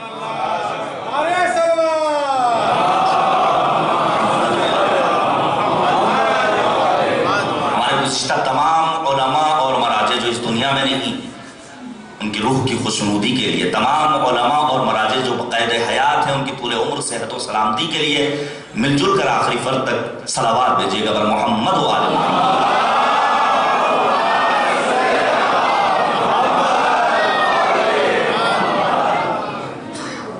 انسان باتقوا ہو جائے تو مالک اسے وہ خصوصیت دے دیتا ہے جو قرآن کی خصوصیت ہے. اس کے اندر حق و باطل میں فرق پیدا کرنے اور تمیز پیدا کرنے کی صلاحیت پیدا ہو جاتی ہے. معبود نے آواز دی ان تتقوا اللہ یجعل لکم فرقانا. تم حق اور باطل میں تمیز پیدا کر سکتے کی صلاحیت پیدا کر لو. وقت نہیں ہے کہ اس کی وضاحت کروں. دوسری چیز، اگر انسان علم حاصل کرنا چاہتا ہے تو اس کے لیے باتقوا بننا پڑے گا. معبود نے آواز دی اتقوا اللہ ویعلمکم اللہ. تم باتقوا بن جاؤ، اللہ تمہیں تعلیم کے زیور سے اور علم کے زیور سے آراستہ کرنے والا ہے. زمین اور آسمان کی جو برکتیں ہیں وہ باتقوا لوگوں کے لیے ہیں. لہذا ہم شکوہ نہ کریں کہ رحمتیں ہوتی ہیں اغیار کے کاشانوں پر، جو ڈاکٹر صلی اللہ علیہ وسلم شاعر مشرق نے کہا تھا. رحمتیں ہوتی ہیں اغیار کے کاشانوں پر، برق گرتی ہے تو بیچارے مسلمانوں پر. باتقوا بن جاؤ، متقی بنا لو، آسمان کی اور زمین کی تمام تر برکتیں تمہیں ملنے والی ہیں. معبود نے آواز دیا وَلَوْ أَنَّ أَهْلَ الْقُرَىٰ آمَنُوا وَاتَّقُوا لَفَتَحْنَا عَلَيْهِمْ برکات من السماء. آسمان سے برکتوں کا نزول ہوگا تقوی کے نتیجے میں. ایک اور جو خاصہ ہے باتقوا لوگوں کے لیے اور جو اثر ہے تقوی کا وہ کیا ہے؟ اگر انسان سختیوں میں مبتلا ہے تو انسان باتقوا ہو، سختیوں سے نجات مل جائے گی. معبود نے آواز دی وَمَن يَتَّقِ اللَّهَ يَجْعَل لَّهُ مَخْرَجًا. راستے بنا دے گا انسان. نہ جانے کتنے ایسے افراد ہیں جو سختیوں میں مبتلا ہوئے لیکن تقوی کے نتیجے میں. آپ سوچئے شہید اول جیسا انسان قید میں زندگی بسر کر رہے ہیں، لمعۃ الدمشقیہ جیسی کتاب لکھ رہے ہیں، اور معبود نے اتنی صلاحیت دی کہ خون کے قطرات سے کتاب لکھتے ہیں. شہید ثانی نے اس کی شرح کی اور آج بھی حوضوں میں وہ کتاب پڑھائی جا رہی ہے. کہاں ظالم حکمران سزا دینا چاہ رہا تھا، کہاں مارنا چاہ رہا تھا. معبود نے کہا تمہارے لیے راستے ہم بنانے والے. اگر باتقوا بن جاؤ تو اللہ تمہارے لیے راستے بنانے والے. اس کے بعد کیا ایک اور فائدہ، اگر کوئی انسان باتقوا ہوگا تو دنیا میں انجام دیے جانے والے اس کے تمام تر گناہ معاف کر دیے جائیں گے. وَمَن يَتَّقِ اللَّهَ يُكَفِّرْ عَنْهُ سَيِّئَاتِهِ. تمام کے تمام گناہ پروردگار معاف کر دے گا. معبود ہمیں عبادت انجام دینے کی توفیق مرحمت فرمائے جس کے نتیجے میں ہم باتقوا بن جائیں. اور پھر عبادت کا ایک پہلو معبود کی بارگاہ میں دعا کا طلب کرنا ہے. آج آپ میں سے اکثر افراد نے دعائے توسل کی تلاوت کی ہوگی جو ہمارے اور آپ کے 11ویں امام آسمان امامت و ولایت کے 11ویں اختر تابناک حضرت امام حسن عسکری علیہ السلام نے امام عسکری نے تعلیم فرمایا ہے. اور بہترین درود و صلوات و سلام کا نظر میں ایک اور گزارش کرنا چاہتا ہوں. البتہ اس سے تحقیق کی ضرورت ہے، لیکن ایک گزارش، ہم اور آپ جب دعائے کمیل پڑھتے ہیں، توجہ کیجئے گا میرے عزیزوں، دعائے کمیل میں یا رب یا رب یا رب 3 مرتبہ ہے. اب آج کے دور میں بہت سارے افراد ہیں اس کو 6 مرتبہ کہتے ہیں. کیا امام معصوم کو نہیں معلوم تھا کہ اس کو 6 مرتبہ کیا گیا؟ آج میں دعائے توسل یہاں پڑھ رہا تھا. یہ ایک سوال ہے اور لمحہ فکریہ ہے، یہ حرف آخر نہیں ہے، اس میں غور کیجئے، علماء سے سوال دریافت کیجئے. معصوم نے فرمایا یا وجیہا عند اللہ اشفع لنا عند اللہ. ہم اس کو 3 مرتبہ کیوں پڑھیں؟ جناب زہرا کی تسبیح 34 مرتبہ اللہ اکبر، 33 مرتبہ الحمدللہ، 33 مرتبہ سبحان اللہ. کوئی کہے ہم 38 مرتبہ پڑھیں گے، وہ تسبیح زہرا کا ثواب ملے گا؟ یہ ایک لمحہ فکریہ، اس بارے میں غور کیجیے گا. یہ حرف آخر نہیں ہے، لیکن اگر معصوم کی جو معصورہ دعائیں ہیں جو خود براہ راست ان سے ہم تک پہنچی ہیں انہیں اسی انداز سے پیش کیا جائے تو یقیناً مالک کی خوشنودی کا سبب قرار پائے گا. عزیزان گرامی، دعا کی بڑی اہمیت ہے، بڑی عظمت ہے. معبود نے آواز دی وَقَالَ رَبُّكُمُ ادْعُونِي أَسْتَجِبْ لَكُمْ. تمہارا پروردگار یہ کہتا ہے مجھ سے مانگو میں قبول کرنے والا ہوں. اس کے بعد کا فقرہ ان الذین یستکبرون عن عبادتی. دعا کو عبادت قرار دیا ہے. وہ لوگ جو دعا جیسی عبادت سے سرپیچی کرتے ہیں وہ سن لیں میرا عذاب بڑا دردناک اور انہیں ذلت و رسوائی کے ہمراہ جہنم میں داخل کر دیا جائے گا. یعنی دعا عبادت ہے. دعا صرف چند کلمات کے پڑھ لینے کا نام نہیں ہے کہ بس ایک فارمیلٹی ادا ہو جائے اور بس ایک رسم ادا ہو جائے اگربتی جلانے کے بعد. نہیں، دعا یعنی مالک سے لو لگانا. دعا یعنی مالک کی بارگاہ میں مالک سے محو گفتگو ہو جانا. دعا نام ہے، مالک سے ہم کلام ہونے کا. دعا نام ہے سید سجاد کے لیے تمام تر بندشوں کے باوجود راہ امامت کو آگے بڑھانے کا. اگر آپ سے یا ایک عام انسان سے پوچھا جائے دعا کسے کہتے ہیں تو کہنے والا کہے گا دعا یعنی ایک ضرورت مند، توجہ کیجئے گا، بڑا مفصل موضوع ہے. دعا یعنی ایک ضرورت مند کسی بے نیاز کے سامنے اپنے دستے سوال کو پھیلا دے، یہ ہے دعا. کیا یہی دعا کے معنی ہے؟ کل میں نے جناب پیغمبر اعظم خاتم النبیین کی روایت آپ کے سامنے پیش کی تھی. آنے والے 10,000 درہم لے کر آ رہے، مہر فاطمہ کے نام پر پیغمبر نے ایک مشت خاک اٹھائی، ہیرے اور جواہرات میں تبدیل ہو گئے. امیر المؤمنین ایسے ہی، دیگر معصومین ایسے ہی. کائنات کے امیر ہیں علی ابن ابی طالب.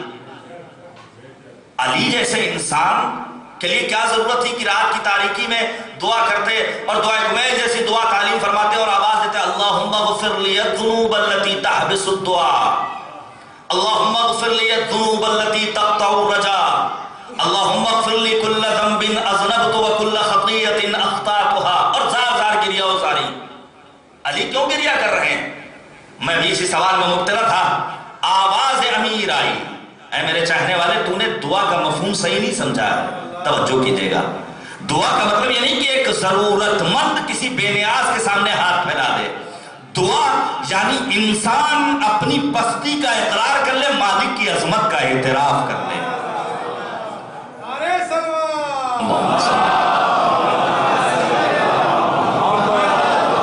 دعا یعنی مالک کی عظمت کا اقرار و اعتراف اور اپنی پستی کا اعلان. یہ ہے حقیقت دعا. کریم پروردگار تیری عظمتوں کا کیا کہنا. سیدہ فاطمہ الزہرا سلام اللہ علیہا اپنی زندگی میں دعاؤں کو بڑی اہمیت دیتی تھی. متعدد روایت ہیں لیکن میں آپ کے سامنے پیش کروں. میں نے عرض کیا آج ہمارے یہاں رسم و رسومات دین کے نام پر اسی پلیٹ فارم سے، اسی منبر سے، انہی مجلسوں میں بظاہر امام سے رابطہ کر رہے ہیں، بظاہر خدا سے لو لگا رہے ہیں، سب کچھ ہے لیکن دعا نہیں. آپ سوچئے جس قوم کے پاس، جس شیعیت کے پاس صحیفہ سجادیہ جیسی دعاؤں کا عظیم ذخیرہ ہو، وہ انسان دعا کرنا نہ جانتا ہو. جس کے لیے مفتی اعظم مصر نے آیت اللہ بروجردی کو خط لکھا، ہم آپ کے شکر گزار ہیں. ایک ایسی کتاب آپ نے بھیجی ہے جو بعد کلام اللہ قرآن کے بعد عظیم ترین کتاب ہے، جس میں معرفت خدا کے بحر ذخار میں غوطہ ہونے کا انسان کو موقع ملتا ہے. بڑی عظیم کتاب ہے اور متعدد دعاؤں کی کتابیں. خود مصحف فاطمہ، علم فاطمہ کا بیان گر ہے جس میں دعائیں موجود ہیں. توجہ کیجئے گا. لیکن ہمارے یہاں کیا ہوتا ہے؟ انسان مشکلات میں گرفتار ہوا خدا سے لو نہیں لگاتا ہے، بلکہ خدا کا شکر ہے کہ یہاں نہیں نظر آ رہا ہے، اور سسٹم ایسا بنا رکھا ہے کہ انشاءاللہ یہاں کبھی نظر بھی نہیں آئے گا. وقت امتحان آ چاہیے درگاہوں میں، امام بارگاہوں میں، جہاں علم اور پرچم اور تابوت اور یاد اہل بیت اطہار اور دین کے مقدسات رکھے ہوئے ہوں، وہاں جوان لڑکے، طالبات، یونیورسٹی میں تعلیم حاصل کرنے والے، موقع امتحان آتا ہے رول نمبر لکھ کر چلے آتے ہیں. جبکہ قرآن نے کیا کہا؟ وَأَنْ لَيْسَ لِلْإِنسَانِ إِلَّا مَا سَعَىٰ، جو لکھو گے وہی ملے گا. لیکن ہماری مثال کیسی ہے؟ بڑی اچھی بات کسی عالم نے کہی تھی، میں نقل کر دوں آپ کے سامنے. کہا ہماری مثال ایسے ہی جیسے کوئی بچہ امتحان دے کر آئے اور اس کے پیرنٹس اس سے پوچھیں کہ کیا وہ بھیا تم نے پرچہ لکھا؟ وہ کہے گا دیکھیے ابا جی، اب آج کل ابا بھی نہیں کہتے ہیں، ڈیڈی مثلاً، 10 سوالات تھے، 5 آتے نہیں تھے. 5 آتے تھے، جو نہیں آتے تھے وہ لکھتے کیسے؟ جو آتے تھے اس کو لکھنے کی ضرورت کیا تھی؟ ہماری اور آپ کی صورتحال کبھی کبھی ایسی ہی معلوم ہوتی. تمام تر راستے اہل بیت نے بتائے ہیں لیکن اس کے باوجود عمل کرنے کی کوشش نہیں کرتے. ہم کیا کرتے ہیں؟ دھاگے، جادو منتر، ٹونا، ماشاءاللہ وہ ساری کلاوے، خدا سلامت رکھے. عزیز برادر مولانا پیغمبر عباس صاحب اللہ نگانوی کو جو لوگ فیس بک پہ ہیں ان کو ایڈ کریں اور دیکھیں ان کی پوسٹ. مذہب کے نام پر جو حدیثیں جعلی وائرل ہو رہی ہیں، کس طرح وہ اس کو کنڈم کرتے ہیں. واقعی ایک عظیم کام انجام دے رہے، خدا انہیں سلامت رکھے. انہوں نے کلاموں کے سلسلے میں جو علمی تحقیق پیش کی ہے وہ خود اپنے آپ میں ایک بہترین کام ہے. توجہ کیجیے گا. ہمارے پاس سب کچھ ہے لیکن دین نہیں ہے, دعا نہیں ہے. اب میں آپ کے سامنے عرض کروں, جب انسان مشکلات میں گرفتار, عظمت فاطمہ کو درک کیجیے, جب انسان مشکلات میں گرفتار ہوتا ہے, ذرا سا پریشانی آئیں گی تو فری میں مشورے دینے والوں کی تعداد میں خاصا اضافہ ہو جاتا ہے. طویل, ابھی کسی کا انتقال ہو جائے, ابھی جنازہ قبرستان میں پہنچا ہے اور قبر میں جنازہ اتارا جا رہا ہے, جسے دیکھیے داڑھی والا ہے تو وہ بھی مشورہ دے رہا ہے, ٹوپی والا ہے وہ بھی مشورہ دے رہا ہے, مسلمان ہے وہ بھی مشورہ دے رہا ہے, جو غیر مسلم ہے وہ بھی بڑھ کر کہہ رہا ہے بھیا سنبھال کے دیکھو مٹی نہ گر جائے. مصیبت میں انسان ابھی وہ اپنے باپ کے غم میں رو رہا ہے بیچارہ, اسے ایک دوسری طرف سے فکر لاحق ہے, ارے مٹی گر جائے گی میرے بابا کے اوپر. مصیبت کے وقت میں انسان جب گرفتار ہوتا ہے تو فری میں مشورے دینے والوں کی تعداد بڑھ جایا کرتی. چلیے مثال سے بات واضح کروں اور خطابت کا ایک نقطہ تاکہ ایک نعرہ آج لگ جائے. توجہ کیجیے گا. میرا بھائی مریض ہوا, میں پریشان حال. مولوی کے پاس کہنے کو ہوتا ہے کہ بڑے پیسے ہوتے ہیں, کہنے کو ہوتا ہے مولوی کے پاس بہت پیسہ ہوتا ہے. مولوی جانے, مولوی کے گھر والے جانے, مولوی بیوی جانے, اس کی اماں جانے, اس کے گھر والے, اس کے بال بچے جانے کی کیا صورت حال. میرا بھائی مریض ہوا, میں پریشان حال. ڈاکٹر صاحب بیٹھے ہوئے, برا نہ لگے, ڈاکٹر کی فیس اتنی لمبی, آپریشن کے لیے اتنا بڑا اماؤنٹ چاہیے. میں پریشان حال تھا. کسی نے بڑھ کر سہارا دیا, آپ تو ماشاءاللہ بھوپال جاتے رہتے ہیں, بھوپال جائیے, بھوپال میں ایک صاحب ہے اللہ نے بڑا نوازا ہے. توجہ کیجیے گا, اللہ نے بہت دیا ہے اور جو ان کے پاس پہنچتا ہے وہ اسے عطا کرتے ہیں.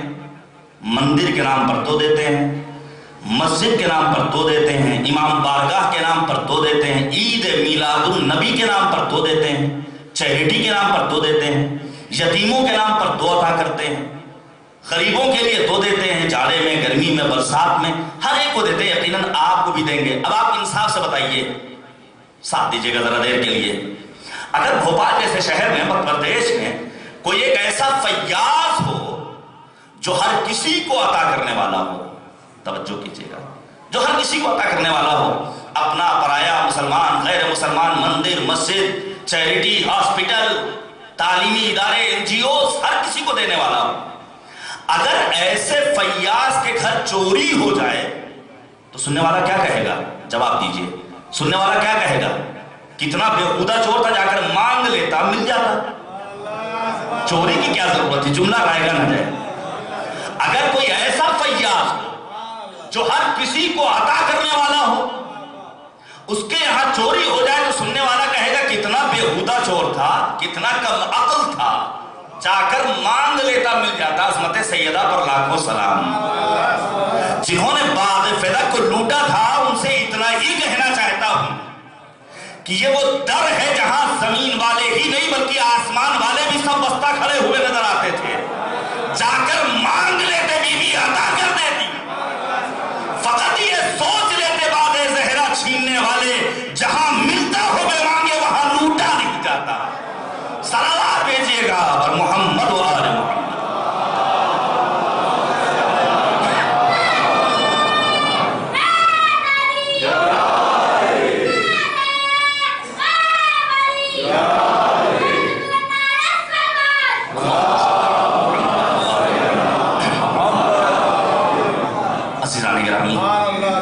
میں آیا بھوپال اور آنے کے بعد میں نے طلبات کیا اس ایڈریس پر پہنچنے کے بعد, اور آج یہ بھی چلن اور فیشن بن گیا ہے, خود صاحب خانہ گھر کا مالک نہیں نکلتا ہے, نوکر کو بھیجتا ہے استقبال کے لیے. اللہ اکبر. کس علی کے ماننے والے ہیں, کس ابراہیم کی مہمان نوازی کا تذکرہ سننے والے ہیں. آنے والا آتا ہے, آنے کے بعد کہتا ہے آپ صحیح جگہ پہنچے ہیں لیکن میرے مالک اس وقت سو رہے ہیں, 4 گھنٹے کے بعد دروازہ کھلے گا, لائن لگے گی, اپنے ڈاکومنٹس, آدھار کارڈ یہ سب دکھائیے گا, آپ کی مدد ہو جائے گی. میں چند قدم آگے بڑھا تھا, کسی نے بڑھ کر سہارا دیا کہ مولانا آپ پریشان نہ ہوئیے, اس شہر میں ہیں ایسے افراد جو دعا تعویذ جھاڑ پھونک کے ذریعے آپ کے بھائی کو شفا دے دیں گے. وہ لوبان وغیرہ دیں گے. یا ہم کس نبی کے ماننے والے ہیں؟ وہ نبی جو جناب حلیمہ کے ساتھ ہیں. عرب کا دستور تھا, روایت ذہن میں آ گئی, اللہ کا شکر, سن لیجئے. پیغمبر جناب حلیمہ کے پاس عرب کا دستور تھا, کوئی بچہ اگر گھر سے باہر نکلتا تھا اس کے گلے میں ایک دھاگا ڈال دیا جاتا تھا کہ نظر نہ لگے, کوئی نقصان نہ پہنچے. توجہ کیجیے گا. جناب حلیمہ نے پیغمبر کی گردن میں ایک دھاگا ڈالا، پیغمبر نے اسے دوپارہ کر دیا. یہ کیا کیا؟ کہا ان اللہ معی من یحفظنی، میرے ساتھ میرا خدا ہے جو میری حفاظت کرنے والا ہے. یہ دھاگے حفاظت کا سامان فراہم کرنے والے نہیں ہیں، خدا ہے جو ہماری حفاظت کرنے والا ہے. میں نے کہا چلو بھیا، ہم ہیں مولوی ضرور اور اس کے خلاف پڑھتے بھی ہیں، لیکن شاید بھائی کو شفا مل جائے، بھائی کا مسئلہ ہے اور بھائی کے تذکرے سنتے رہتے ہیں. اب میں اپنے قدم آگے بڑھا رہا ہوں اور پہنچا اس مزار کے پاس جہاں وہ بابا رہا کرتے تھے. ان مقدس مقامات کو چھوڑ کر ہماری قوم کا کوئی انسان مزاروں کے چکر لگائے ہے تو واقعاً لمحہ فکر ہے. میں جب پہنچا، میں نے جا کر دریافت کہ بھیا وہ بابا جو رہا کرتے تھے، کسی نے کہا ہاں آپ آئے صحیح جگہ ہیں، لیکن 2 روز قبل ان کا انتقال ہو گیا ہے. پہلی جگہ پہنچا وہ سو رہے تھے، دوسری جگہ پہنچا ان کا انتقال ہو چکا ہے. میں در در کی ٹھوکر کھا رہا تھا. وہ جملہ اپنے ذہن میں سجا کے رکھیے گا، اگر یہ چاہتے ہو کہ کامیابی ملے تو اپنے آپ کو قرآنی بنا لو. میں اپنے بھائی کے علاج کے لیے، اس کی شفایابی کے لیے در در کی ٹھوکر کھا رہا تھا. قرآن نے بڑھ کر سہارا دیا، پڑھیے آیت الکرسی. مالک نے کہا در در کی ٹھوکر کیوں کھاتے ہو؟ آ جاؤ مالک کریم کی بارگاہ میں سر نیاز کو خم کر لو. معبود نے آواز دی هو الحی القیوم، وہ ایسا زندہ ہے جسے کبھی موت نہیں آ سکتی ہے. لا تأخذہ سنۃ ولا نوم، وہ ایسا جاگنے والا ہے جسے کبھی اونگ نہیں آ سکتی ہے. صلوات بھیجیے گا اور محمد و آلہ.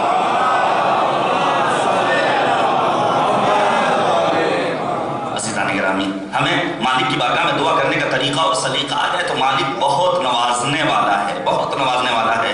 صدیقہ کبریٰ نے فرمایا الہی و سیدی، اے کریم پروردگار. انداز دیکھیے، جب تک انسان خدا کو مالک، توجہ کیجئے گا، اور اپنے آپ کو مملوک نہیں سمجھے گا، یہ انداز دعا پیدا نہیں ہو سکتا ہے. اسی لیے بشر حافی کا واقعہ آپ سب نے سنا ہوگا. 7ویں امام حضرت امام موسیٰ کاظم علیہ السلام جب گزر رہے ہیں اور گانے بجانے کی آواز آ رہی، موسیقی کی آواز آ رہی ہے اور کنیز نکلتی اس گھر سے. میں نے واقعہ بہت مختصر لفظوں میں پیش کرنے کی میں کوشش کر رہا ہوں. سوال کیا، اس گھر کا مالک، اس کنیز سے، اس گھر کا مالک آزاد ہے یا غلام ہے؟ وہ کنیز کیا کہتی ہے؟ آزاد ہے. کہا اگر غلام ہوتا اور غلام خدا ہوتا تو ہرگز اس گناہ میں مبتلا نہ ہوتا. پھر اس کے بعد توبہ کرتے ہیں اور ننگے پیر امام کی بارگاہ میں پہنچتے ہیں. اس دن سے آپ کا لقب ہی حافی پڑ گیا، بشر حافی. اور یہ ان کے واقعے ہو کس طرح مالک سے لو لگانی. الہی و سیدی، اے کریم پروردگار، اے میرے سید و سردار، اسألک بالذین اصطفیتہم، میں آپ سے سوال کرتی ہوں، دعا مانگتی ہوں ان کے وسیلے سے جن کو آپ نے اپنا مصطفیٰ اور منتخب بندہ قرار دیا ہے. سیدہ فاطمہ کی بیان کردہ اس ایک حدیث سے ایک جواب مل جاتا ہے کہ مالک کی بارگاہ میں دعا طلب کرنی ہے تو اللہ کے منتخب بندوں کو واسطہ بنانا پڑے گا. خدا آواز دی ہے اسألک بالذین اصطفیتہم، میں تجھ سے سوال کرتی ہوں ان کے واسطے سے جنہیں آپ نے منتخب قرار دیا ہے. کیوں نہ ہم بنائیں واسطہ، کیوں نہ بنائیں؟ یہ شرک و بدعت کے کیوں فتوے اور بازار گرم ہونے لگتے ہیں؟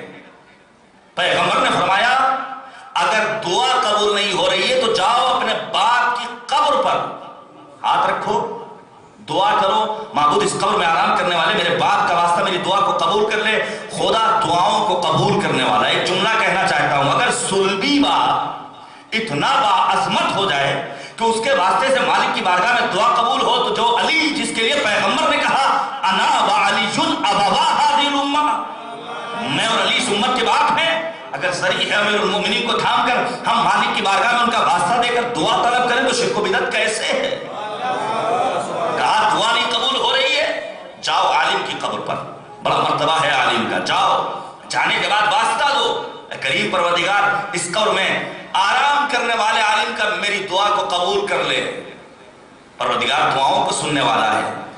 اس دنیا میں آنے کے بعد اپنے جیسے علماء کے سامنے ساموئے ادب طے کر کے زیور علم سے خود کو آراستہ کرنے والا عالم اتنا با مقام و مرتبہ ہو جائے کہ اس کے واسطے سے خدا دعاؤں کو قبول کرے تو وہ علی جس کے لیے پیغمبر نے کہا انا مدینۃ العلم و علی بابها، میں شہر علم ہوں، علی اس کے دروازہ ہے، تو بھلا دعا قبول کیوں نہیں ہوگی؟ ان کے پاس ہے ہی نہیں کچھ۔ میرا اہل سنت سے صرف ایک سوال ہے، آپ کے جو ائمہ ہیں، جو بزرگ ہیں، ان کے پاس علمی ذخائر کیا ہے نہیں، لہذا یہ اعتراضات ہوتے ہیں۔ توجہ کیجیے گا، اعتراضات کیوں ہوتے ہیں؟ کیونکہ ہے نہیں۔ ہمارے یہاں تمام معصومین سے کتابیں بھی ہیں، روایات بھی ہیں، علمی خزانے بھی موجود ہیں، علمی کابش۔ خود ایک صادق آل محمد امام جعفر صادق علیہ السلام، ایک امام معصوم کی زندگی ایسی ہے کہ امام علم میں کیمیا ملے گا تو اسی در پر شاگردی کر رہا ہے امام جعفر صادق کی۔ عزیزان گرامی، واسطہ بنانا ہے معصومین کو، ہم کیوں بناتے ہیں؟ میں ایک مثال کے طور پر، میں یہاں 4-6 دنوں سے ہوں، اس سے پہلے میں سرسی مراد آباد میں خمسہ پڑھ کر آیا ہوں۔ مستقل مجلسیں، گلو گرفتگی ہے، تکلیف ہے۔ میں نے اپنے میزبان سے کہا کہ ایسا ہے کہ آج مجلس سے تھوڑی دیر پہلے اگر مجھے گرم پانی مل جائے تو شاید میری حلق کے لیے بڑا مناسب ہو۔ تو انہوں نے لگے سے پانی پلانا چاہا۔ انہوں نے اپنے بیٹے سے کہا کہ بھیا ایسا ہے کہ آج مولانا کو جب وہ ممبر پر بیٹھے اسے 10 منٹ پہلے مول صاحب اترنے لگے، پانی لے جا کر دے دینا۔ توجہ کیجیے، پانی دے دے۔ وہ بچہ جو کانوینٹ اسکول میں پڑھتا تھا وہ ایک دم سے جوش میں آ گیا، سید زادہ اولاد فاطمہ قم سے آیا ہے، خوبصورت ہے، مجلسیں پڑھ رہا، ہمارا مہمان ہے۔ وہ گیا اپنی اماں سے اجازت لیے بغیر، اپنی دادی اماں کے زمانے کا ایک صندوق سے بہترین لکڑی کا بنا ہوا ظرف نکالا اس نے۔ توجہ کیجیے گا، خوبصورت نقش و نگار، بہترین شیشم کی لکڑی کا ایک پیالہ، اس میں پانی لیا اور اسے چولہے کے حوالے کر دیا۔ آپ انصاف سے بتائیے اس ظرف کا حشر کیا ہوگا؟ جل جائے گا۔ وہ دوڑتا ہوا آیا، مولانا آپ چلے جائیے، یہاں ہمارے شاہ اصغر صاحب ہیں، اظہر صاحب ہیں، عباس باقری صاحب جیسا عالم آئے ہوئے ہیں، ان سے مجلس پڑھوا لیں گے، آپ جائیے، آپ کی کوئی ضرورت نہیں۔ ایک دم مزاج بدلا ہوا۔ میں نے کہا بھیا ہوا کیا؟ کہا آپ نے گرم پانی کا مطالبہ کیا۔ توجہ کیجیے گا، اور جو ہماری اماں نے اپنے بزرگوں کی یادگار سنبھال کے رکھی ہوئی تھی، آپ کی وجہ سے وہ آگ میں جل گئی۔ میں نے کہا بانجرا کیا ہے؟ کہا وہ لکڑی کا بنا ہوا ظرف آپ کے لیے پانی گرم کر رہے۔ میں نے کہا میاں تم کانوینٹ اسکول میں پڑھتے ہو، تمہارے اندر اتنا شعور ہونا چاہیے کہ تم پرکھ لیتے اس ظرف میں صلاحیت ہے کہ نہیں ہے پانی کو گرم کرنے کی، اس ظرف میں صلاحیت ہے کہ نہیں ہے۔ انتخاب تمہارا نادرست تھا۔ بس میں ایک جملہ کہنا چاہتا ہوں، ہم جن معصوم ہستیوں کو اپنا واسطہ اور وسیلہ بناتے ہیں بارگاہ پروردگار میں دعا کی قبولیت کے لیے، یہ ایسے پاکیزہ ہیں کہ خود طیب و طاہر جو ان کے دامن سے وابستہ ہو جائے وہ بھی پاک و پاکیزہ بن جائے گا۔ صلوات بھیجیے گا پر محمد و آل محمد۔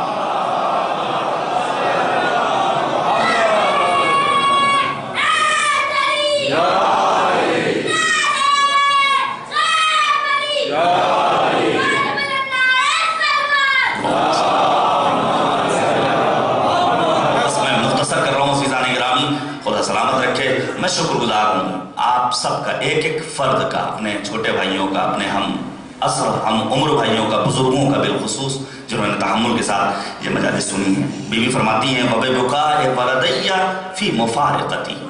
میں نے آپ سے کل عرض کیا تھا، سیدہ فاطمہ نے، حتیٰ پیغمبر اعظم نے اپنی زندگی کے آخری لحظات میں ان معصومین علیہ السلام نے، خود سید الشہداء نے جو وصیت کی ہے، میرے شیعوں کو میرا سلام کہنا۔ بی بی زہرا اپنی زندگی کے آخری لحظات میں یہ جو دعا کر رہی ہیں، میں دعا کرتی ہوں مالک سے ان افراد کو وسیلہ بناتے ہوئے جو اللہ کے منتخب اور مصطفیٰ بندے ہیں، اور اپنے ان بچوں کے گریہ و زاری کو واسطہ اور وسیلہ بناتی ہوں۔ توجہ کیجیے گا، جو میری مفارقت کے ہنگام، جو میری شہادت کے ہنگام، جو اس دنیا سے میرے رخصت ہوتے وقت مجھ پر گریہ کریں گے۔ کیا دعا کر رہی ہیں؟ ان تغفر لعصاة شیعتی۔ مر جانے کے لیے کافی ہے یہ فقرہ۔ پروردگار سے دعا کرتی ہوں اللہ کے منتخب بندوں کو واسطہ بنا کر، اپنے بچوں کے گریہ و زاری کو واسطہ بنا کر، جو میری رخصت کے ہنگام وہ گریہ کریں گے، ان تغفر، کہ مالک معاف کر دے، مغفرت فرما دے لعصات شیعتی، میرے شیعوں کو جو گنہگار ہیں۔ بی بی نے ہمیں اور آپ کو یاد کیا ہے، وشیعت ذریتی، میری ذریت میں آنے والے شیعوں کو پروردگار ان کے گناہوں کو معاف کر دے۔ کل میں نے امام زمانہ کو وہ فقرہ پڑھا تھا، انی لاغفر اللہ، انی لاستغفر اللہ لمذنب شیعتنا فی کل یوم واللیل 1000 مرہ۔ امام فرماتے ہیں، وقت کا امام، میں اپنے گنہگار چاہنے والوں کے لیے، شیعوں کے لیے ہر روز صبح و مساء، دن اور رات میں 1000 مرتبہ استغفار کرتا ہوں۔ بی بی ہمارے گناہوں کی مغفرت طلب کر رہی ہیں مالک کی بارگاہ میں، امام زمانہ مغفرت طلب کر رہے ہیں ہمارے گناہوں کی۔ اب انصاف سے بتائیے، میں حیدر عباس حقیر سا ایک طالب علم، اگر میں اپنی کوئی بری چھاپ یہاں چھوڑ جاؤں تو آپ مجھے کیسے یاد کریں گے؟ میں تو یہی چاہوں گا کہ اچھے انداز سے میرا تذکرہ ہو، میری یاد باقی رہ جائے۔ اگر وقت کا امام ہمیں یاد کر رہا ہے تو ایک لمحہ فکریہ ہے کہ ہمارا امام ہمیں ہمارے گناہوں کے ساتھ یاد کرے یا ہماری نیکیوں کے ساتھ۔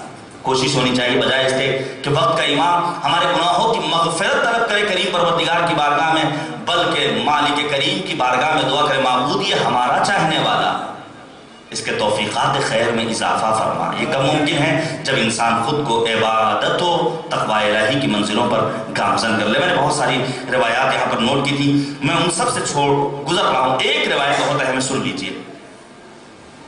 جب رحلت پیغمبر ہو گئی، ہم بہت سارے ہمارے درمیان ہیں، بہت سارے ایسے آپ کو قریہ اور بستی ملیں گے جہاں انسان اپنی سیادت پہ ناز کرتا ہے۔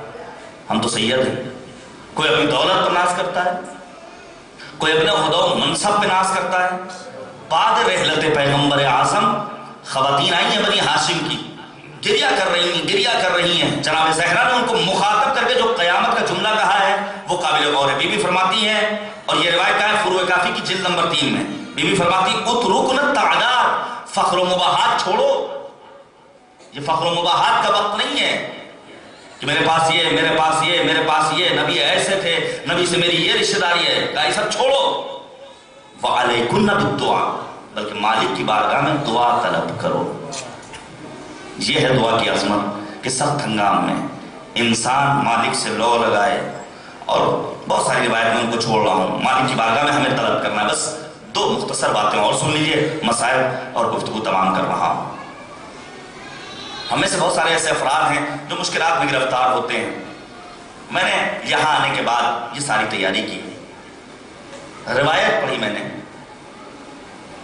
بلکہ ایک عالم کا ایک مجرب نسخہ آپ کے سامنے پیش کروں۔ آیت اللہ ہے محمد شجاعی، انہوں نے بیان کیا اگر انسان کسی مصیبت میں گرفتار ہو، سخت سے سخت مصیبت، مشکلات، موانع، انسان سخت ہنگام میں اگر اس ایک عمل کو بجا رہا ہے تو پروردگار اس کی مدد کرنے والا ہے۔ کس کے واسطے سے؟ فاطمۃ الزہرا کے واسطے سے۔ کامیابی کب ملے گی؟ جب حضرت زہرا کو وسیلہ بنایا جائے۔ کیا ہے وہ نسخہ؟ انسان باطہارت ہو، 2 رکعت نماز بجا رہا ہے، جس طرح نماز صبح پڑھی جاتی ہے، جناب زہرا کے لیے 2 رکعت نماز قربتاً الی اللہ، سلام کے بعد تسبیح ہے فاطمۃ الزہرا، اس کے بعد 510 مرتبہ پڑھنا ہے یا مولاتی فاطمہ اغیثینی۔ نوٹ کر لیجئے اسے، یا مولاتی فاطمہ اغیثینی۔ کس طرح؟ سلام کے بعد تسبیح ہے حضرت زہرا، پیشانی کو آپ نے خاک پر رکھا، سجدگاہ پر رکھا، 100 مرتبہ آپ نے پڑھا یا مولاتی فاطمہ اغیثینی۔ پھر آپ نے اپنا داہنا رخسار رکھا 100 مرتبہ یا مولاتی فاطمہ اغیثینی۔ پھر اپنی پیشانی رکھا یا مولاتی فاطمہ اغیثینی۔ پھر بایاں رخسارہ رکھا یا مولاتی فاطمہ اغیثینی۔ پھر اپنی پیشانی رکھا 110 مرتبہ۔ پھر آپ نے جناب زہرا سے مدد مانگی، پروردگار آپ کی بڑی سے بڑی مصیبت کو ختم کر دینے والا ہے۔ یہ ہے عظمت سیدہ۔ ایک اور عالم ربانی ہیں، عارف سمدانی ہیں، مرحوم آیت اللہ ہے معصومی حمدانی۔ آپ فرماتے ہیں کہ اگر انسان یہ چاہتا ہے کہ اس کی حاجتیں پروردگار کی بارگاہ میں مکمل ہوں، اس کی حاجتوں کو مالک سن لے، تو 530 مرتبہ یہ عرض کرے مالک کی بارگاہ میں، اللہم صلی علی فاطمہ و ابیہا و بالہا وبنیہا بعدد ما احاط بہ علمک۔ پروردگار اس کی دعاؤں کو قبول کرنے والا ہے۔ پروردگارہ درود و صلوات و سلام کا نذرانہ پیش کر حضرت زہرا پر، ان کے پدر گرامی پر، ان کے شوہر نامدار پر، ان کے بچوں پر، بعدد ما احاط بہ علمک، اتنی زیادہ درود و صلوات و سلام ہو جس کا احاطہ تیرا ہی علم صرف کر سکتا ہے۔ 530 مرتبہ اللہم صلی علی فاطمہ و ابیہا و بالہا و بنیہا بعدد ما احاط بہ علمک۔ یا پھر یہ کہے 530 بار الہی بحق فاطمہ و ابیہا و بالہا و بنیہا بصبر المستودع فیہا۔ یقیناً پروردگار انسان کی حاجتوں کو اپنی بارگاہ میں قبول کرنے والا ہے۔ الہی بحق الزہرا و ابیہا و بالہا و بنیہا بصبر المستودع فیہا۔ کریم پروردگار ان چند راتوں میں جو ہم لوگوں نے تذکرہ کیا ہے قرآن کا، اہل بیت کا، شہزادی کونین کا معبود، ہماری اس عبادت کو قبول فرما۔ اے کریم پروردگار ہماری کوتاہیوں سے درگزر فرما، ہمارے گناہوں کی مغفرت فرما۔ بس میں نے اپنی گفتگو تمام کر دی۔ شام غریبان حسینی کو تصور کیجئے کہ کیسا ماحول، کیسا ہنگام ہوتا ہے، کس انداز سے گریہ و زاری ہوتا ہے۔ جب سکینہ یتیم ہو رہی تھی، جب سید سجاد مظلومیتوں کے بار کو لے کر اپنے دوش امامت پر اس کاروان کو کامیابی کی راہ پر گامزن کرنے والے تھے، یہ شام غریبان فاطمی ہے۔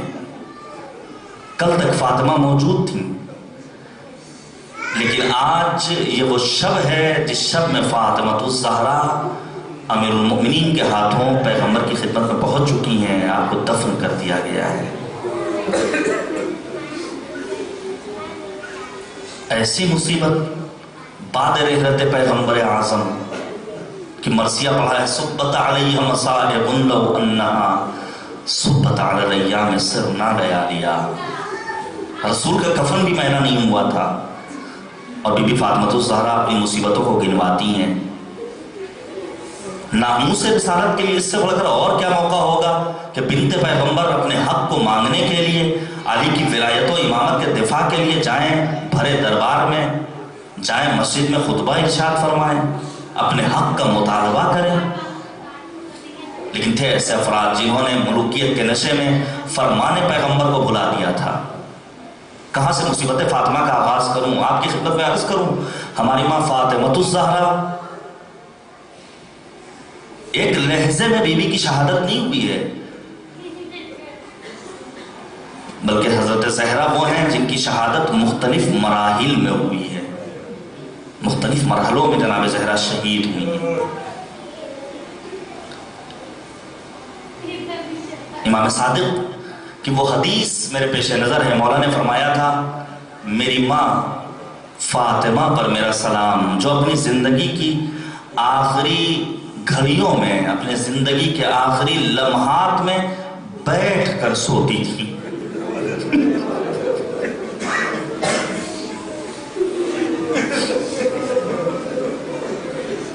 راوی کہتا ہے میں نے امام صادق سے پوچھا مولا یہ بیٹھ کر سونے کا کیا مطلب؟ اللہ مجھے طاقت دے۔ راوی کہتا ہے مولا یہ بیٹھ کر سونے کا کیا مطلب ہے؟ سن سکیں گے آپ؟ امام صادق نے کیا فرمایا؟ مولا امام صادق فرماتے ہیں کیا تمہیں نہیں پتا میری جدہ فاطمہ پر مظالم کے پہاڑ کیسے توڑے گئے؟ ایک طرف پہلوئے شکستہ ہے، دوسری طرف سینے میں میخ در آویزہ ہیں، یہ پہلو کی ہڈی سینے میں پیوست ہو چکی ہے، رخسار زخمی ہے، اگر چت لیٹنا چاہتی ہیں تو پہلو کی ہڈی اذیت دیتی ہے، اگر سینے کے بل لیٹنا چاہتی ہیں تو یقین اذیت پہنچاتی ہے، اگر رخسار کے بل لیٹنا چاہتی ہیں تو میری ماں فاطمہ لیٹ نہیں سکتی ہیں، مجبور تھیں کہ اپنے آپ کو بیٹھیں، بٹھا لیں اور بیٹھنے کے بعد اگر استراحت کر سکیں تو استراحت کریں۔ بڑی مصیبت، بڑی مظلومیت، حضرت زہرا پر مظالم کے پہاڑ ڈھائے ہیں اور یقیناً خدا انتقام لینے والا ہے ان ظالموں سے، خدا انتقام لینے والا ہے۔ شہادت ہو چکی ہے، شہزادی کونین کی، اور جب صدائے تسبیح و تحلیل و تحمید پروردگار نہیں آتی، عصمت رب جاتی ہیں، اور امیر المؤمنین آتے ہیں رات کی تاریکی میں غسل اور اس کے بعد کفن کے تمام تر مراحل کو طے کرنے کے بعد اب کمسن گھنسن بچے ہیں، اولاد والوں سن سکو گے، یہ بچے عام بچے نہیں ہیں، آغوش عصمت کے پروردہ حسن و حسین، زینب و ام کلثوم، حضرت عباس، کمسن بچے امیر المؤمنین اپنے بچوں کو بلاتے ہیں، آ جاؤ ماں کے آخری دیدار کے لیے۔ ذرا بیٹیاں تصور کریں کہ اگر اس کی ماں اس دنیا سے رخصت ہو تو کتنی سخت منزل ہوتی ہے۔ سب چلے گئے لیکن حسین ایک گوشے میں کھڑے ہیں، بابا اس وقت تک نہیں آؤں گا جب تک اماں خود نہیں بلائیں گی۔ بس حسین کا یہ استغاثہ تھا۔ علماء لکھتے ہیں، ارباب مخاطب نے بیان کیا، بند کفن ٹوٹے تو ہاتھ برآمد ہوئے، میرے لال حسین آ جا۔ میں کہوں گا مولا حسین آپ بڑے خوش قسمت ہیں کہ آپ کی ماں نے آپ کو بلا لیا، لیکن آپ کی مظلومہ سکینہ آپ کی شہادت کے بعد جب آپ پر گریہ کرے گی تو تماشے لگائے جائیں گے، درے لگائے جائیں گے، اور کشا کشا کوفہ و شام کے درباروں اور بازاروں میں لے جایا جائے گا۔ جزاکم ربکم جزاکم ربکم خیر الجزا۔ بس ایک روایت کا ایک فقرہ سن لیجئے، میں گفتگو تمام کر رہا ہوں، خدا کسی غم میں نہ رلائے۔ سیدہ زہرا سلام اللہ علیہا نے اپنی وصیت میں صحرائے کربلا میں شہید ہو جانے والے اپنے فرزند کی خاص وصیت کی ہے، یاد کیا ہے۔ امیر المؤمنین رات کی تاریکی میں قبر سیدہ پر قرآن کی تلاوت کر رہے ہیں، اچانک آواز بلند ہوئی، اے ابو الحسن جاؤ، میرا لال حسین پیاسا ہے۔ میں کہوں گا اے بی بی فاطمہ، آج آپ کو اپنے بیٹے حسین کی پیاس کا اتنا خیال، لیکن ذرا کربلا کے میدان میں آئیے۔ سن 61 ہجری میں آپ کا لال حسین 3 شب و روز کا بھوکا و پیاسا، شمر کا خنجر چل رہا ہے، 70 قدم کے فاصلے پر زینب کبریٰ کھڑی دیکھ رہی ہے۔ اے شمر، یہ میرا ماجایا حسین ہے جسے میری ماں فاطمہ نے چکیاں پیس کے پالا تھا۔ جزاکم ربکم۔ میں یتیم حسین کا تذکرہ کرنا چاہتا ہوں۔ کون ہے یتیم حسین؟ جسے دادی کی طرح مصیبتوں میں مبتلا کیا گیا، زندان شام میں کفن نہیں ملا ہے، دفن کر دیا گیا۔ ایک عالم کا بیان ہے کہ میں حرم حضرت سکینہ میں موجود تھا، آپ جائیے سیریا، زری میں کمسن بچوں کے ذریعے ڈالے جانے والے کھلونوں کو آپ دیکھیں گے۔ کمسن بچے حسین کی کمسن یتیمہ کی بارگاہ میں پہنچنے کے بعد اپنے ننھے ہاتھوں سے کھلونے پھینک دیا کرتے ہیں، بیوی کی مظلومیت کو یاد کرتے ہیں۔ عالم بیان کرتے ہیں، میں گوشے میں کھڑا ہوا تھا، زیارت پڑھ رہا تھا، میں نے ایک کمسن بچے کو دیکھا جس کے ہاتھ میں ایک سفید پارچہ تھا، وہ پارچہ زری پر ڈالنا چاہتا ہے، کمسن ہے، قد کم ہے، میں آگے بڑھا، اے صاحبزادے کیا کرنا چاہتے ہو؟ وہ بچہ قیامت کا جملہ کہتا ہے، مولانا میں نے اپنی ماں سے یتیم حسین کی مظلومیت کا تذکرہ سنا ہے، ارے مجھے میری ماں نے بتایا ہے سکینہ بنت الحسین کو کفن نہیں ملا، میں یہ سفید پارچہ بعنوان کفن لایا ہوں تاکہ اپنی بیوی کے کفن کا انتظام کر سکوں۔ میں کہوں گا اے اہل بیت عصمت و طہار، یہ آپ کی مظلومیت کا عالم ہے کہ وقت کا امام آواز دے رہا ہے، وَلَا بُكِيَنَّ عَلَيْكَ بَدَلَ الدُّمُوعِ دَمًا۔ اے میرے جد حسین، جب کبھی آپ کی مظلومیت کو یاد کرتا ہوں تو میں خون کے آنسو، وَسَيَعْلَمُ الَّذِينَ ظَلَمُوا أَيَّ مُنقَلَبٍ إِنَّا لِلَّهِ وَإِنَّا إِلَيْهِ رَاجِعُونَ أَرْضًا بِقَضَائِهِ وَتَسْلِيمًا لِأَمْرِهِ إِلَٰهِ لَا مَعْبُودَ سِوَاكَ بِسْمِ اللَّهِ الرَّحْمَنِ الرَّحِيمِ اللهم عرفني نفسك فإنك إن لم تعرفني نفسك لم أعرف رسولك اللهم عرفني رسولك فإنك إن لم تعرفني رسولك لم أعرف حجتك اللهم عرفني حجتك فإنك إن لم تعرفني حجتك ضللت عن ديني اللهم لا تمتني ميتة جاهلية ولا تزغ قلبي بعد إذ هديتني معبود ہماری اس عبادت کو قبول فرما۔ اے کریم پروردگار، مظلومیت زہرا کے صدقے میں اس پرآشوب دور میں کریم پروردگار فرزند زہرا حضرت حجت کے ظہور میں تعجیل فرما۔ معبود زندگی میں ہمیں قدم قدم پر کامیابیاں مرحمت فرما۔ ہم اپنی زندگی ایسی بسر کریں کہ آخرت میں ہمیں کامیابیاں نصیب ہوں۔ اے کریم پروردگار، ان مجالس میں جن لوگوں نے جس اعتبار سے بھی حصہ لیا ہے، دام ہے، درم ہے، قدم ہے، سخن ہے، معبود ان کی دلی دعاؤں کو اپنی بارگاہ میں قبول و منظور ہے۔ اے کریم پروردگار، تجھے واسطہ ہے محمد و آل محمد کا، جب تک زندہ رہیں دامان قرآن و اہل بیت سے وابستگی رہے، اس دنیا سے رخصت ہوں تو شفاعت اہل بیت ہم سب کو نصیب فرما۔ معبود، تجھے واسطہ ہے عظمت محمد و آل محمد کا، ہمارے بزرگ جن کی پاکیزہ تربیت نے ہمیں فاطمی، حسینی، علوی بنایا ہے، جو اس دنیا میں نہیں، ہمارے آباء و اجداد کی مغفرت فرما، انہیں جوار رحمت میں جگہ عنایت فرما۔ اے کریم پروردگار، علماء، مراجع، بالخصوص رہبر انقلاب آیت اللہ العظمیٰ خامنئی مرجع علی قدر حضرت آیت اللہ العظمیٰ سیستانی سید مقاومت سید حسن نصر اللہ کی حفاظت فرما۔ معبود، حوزات علمیہ کی حفاظت فرما۔ اے کریم پروردگار، ہماری صفوں میں، مسلمانوں کی صفوں میں اتحاد پیدا کرتے۔ معبود، تجھے واسطہ ہے محمد و آل محمد کا، مقدس مقامات کی حفاظت فرما۔